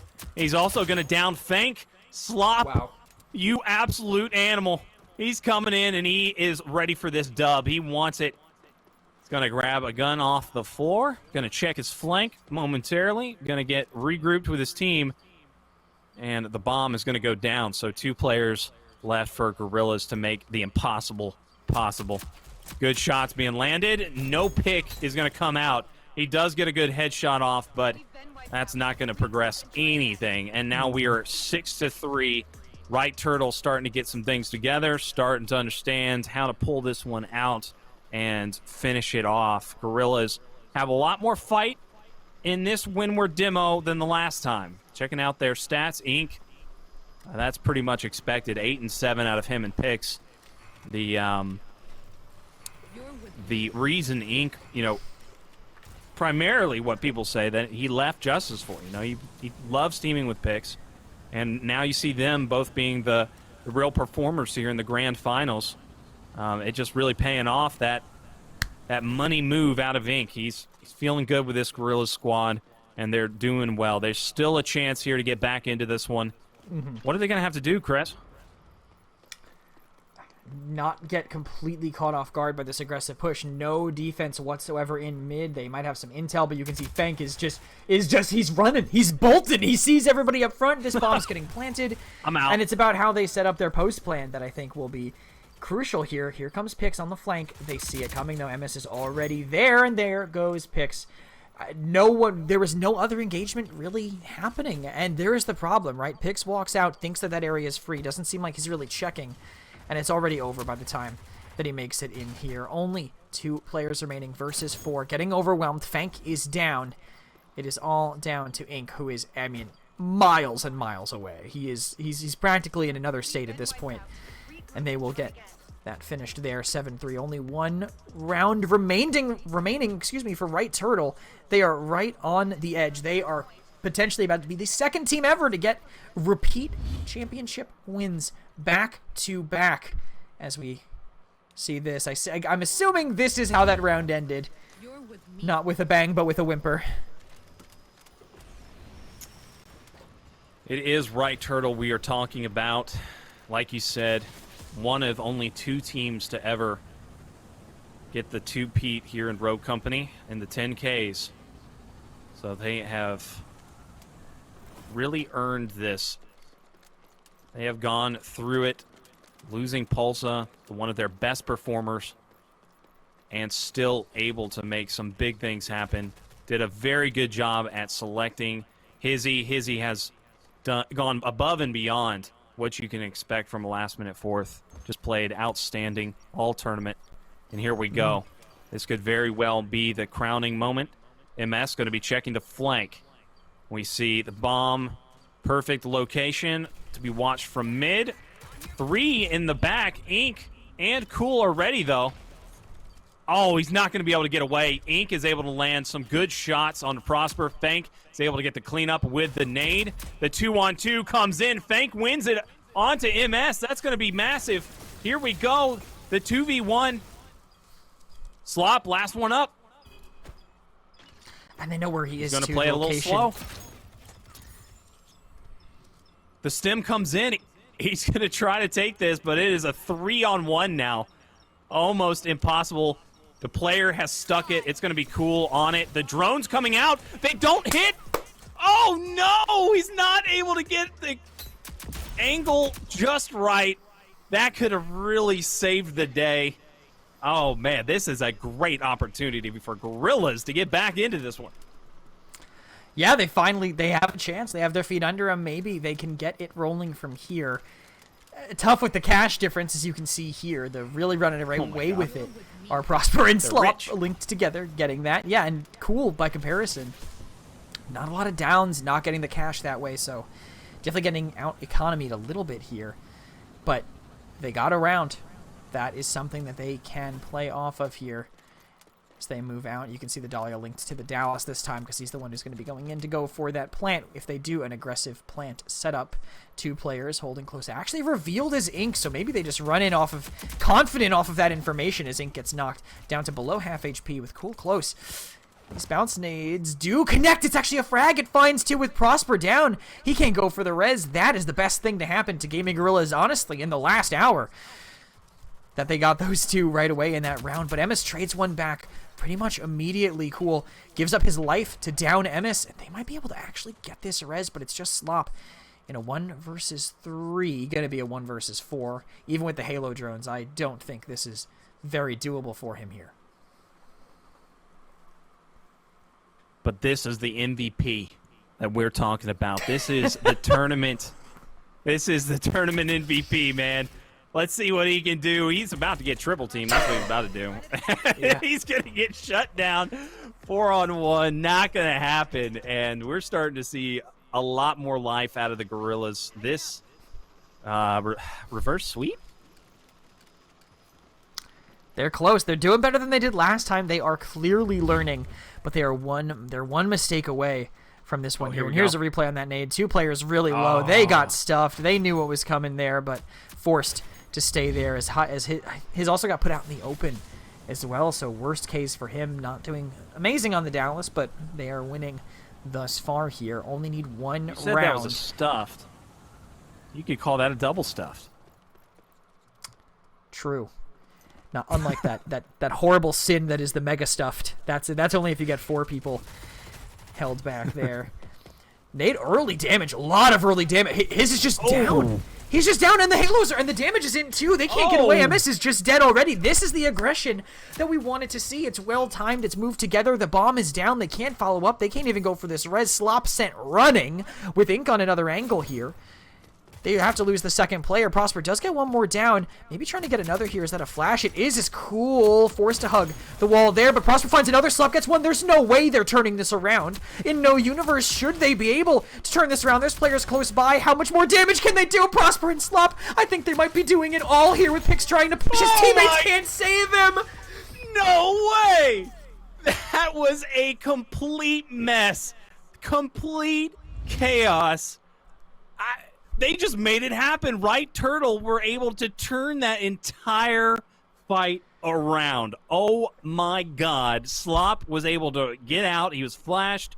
There was a great read. You saw that flash being put up right on the edge where he knew he was going to get pushed from, and that's really what did it for me. Slop was able to come in and give him the assist and was able to get that elim. That was a tremendous way to end it. Right Turtle showing right there why they are the 2-time 10K champs of the CMG Showdown.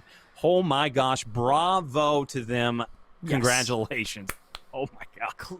Fantastic. Just Roco. They just played Roco Company better at the end of the day. When you watch a fight like that, I mean, that is a clinic in how to win in those kind of clutch situations. Normally, I always say it's hard to clutch in Roco Company. It's not easy. You need someone maybe needs to make a mistake on the other side.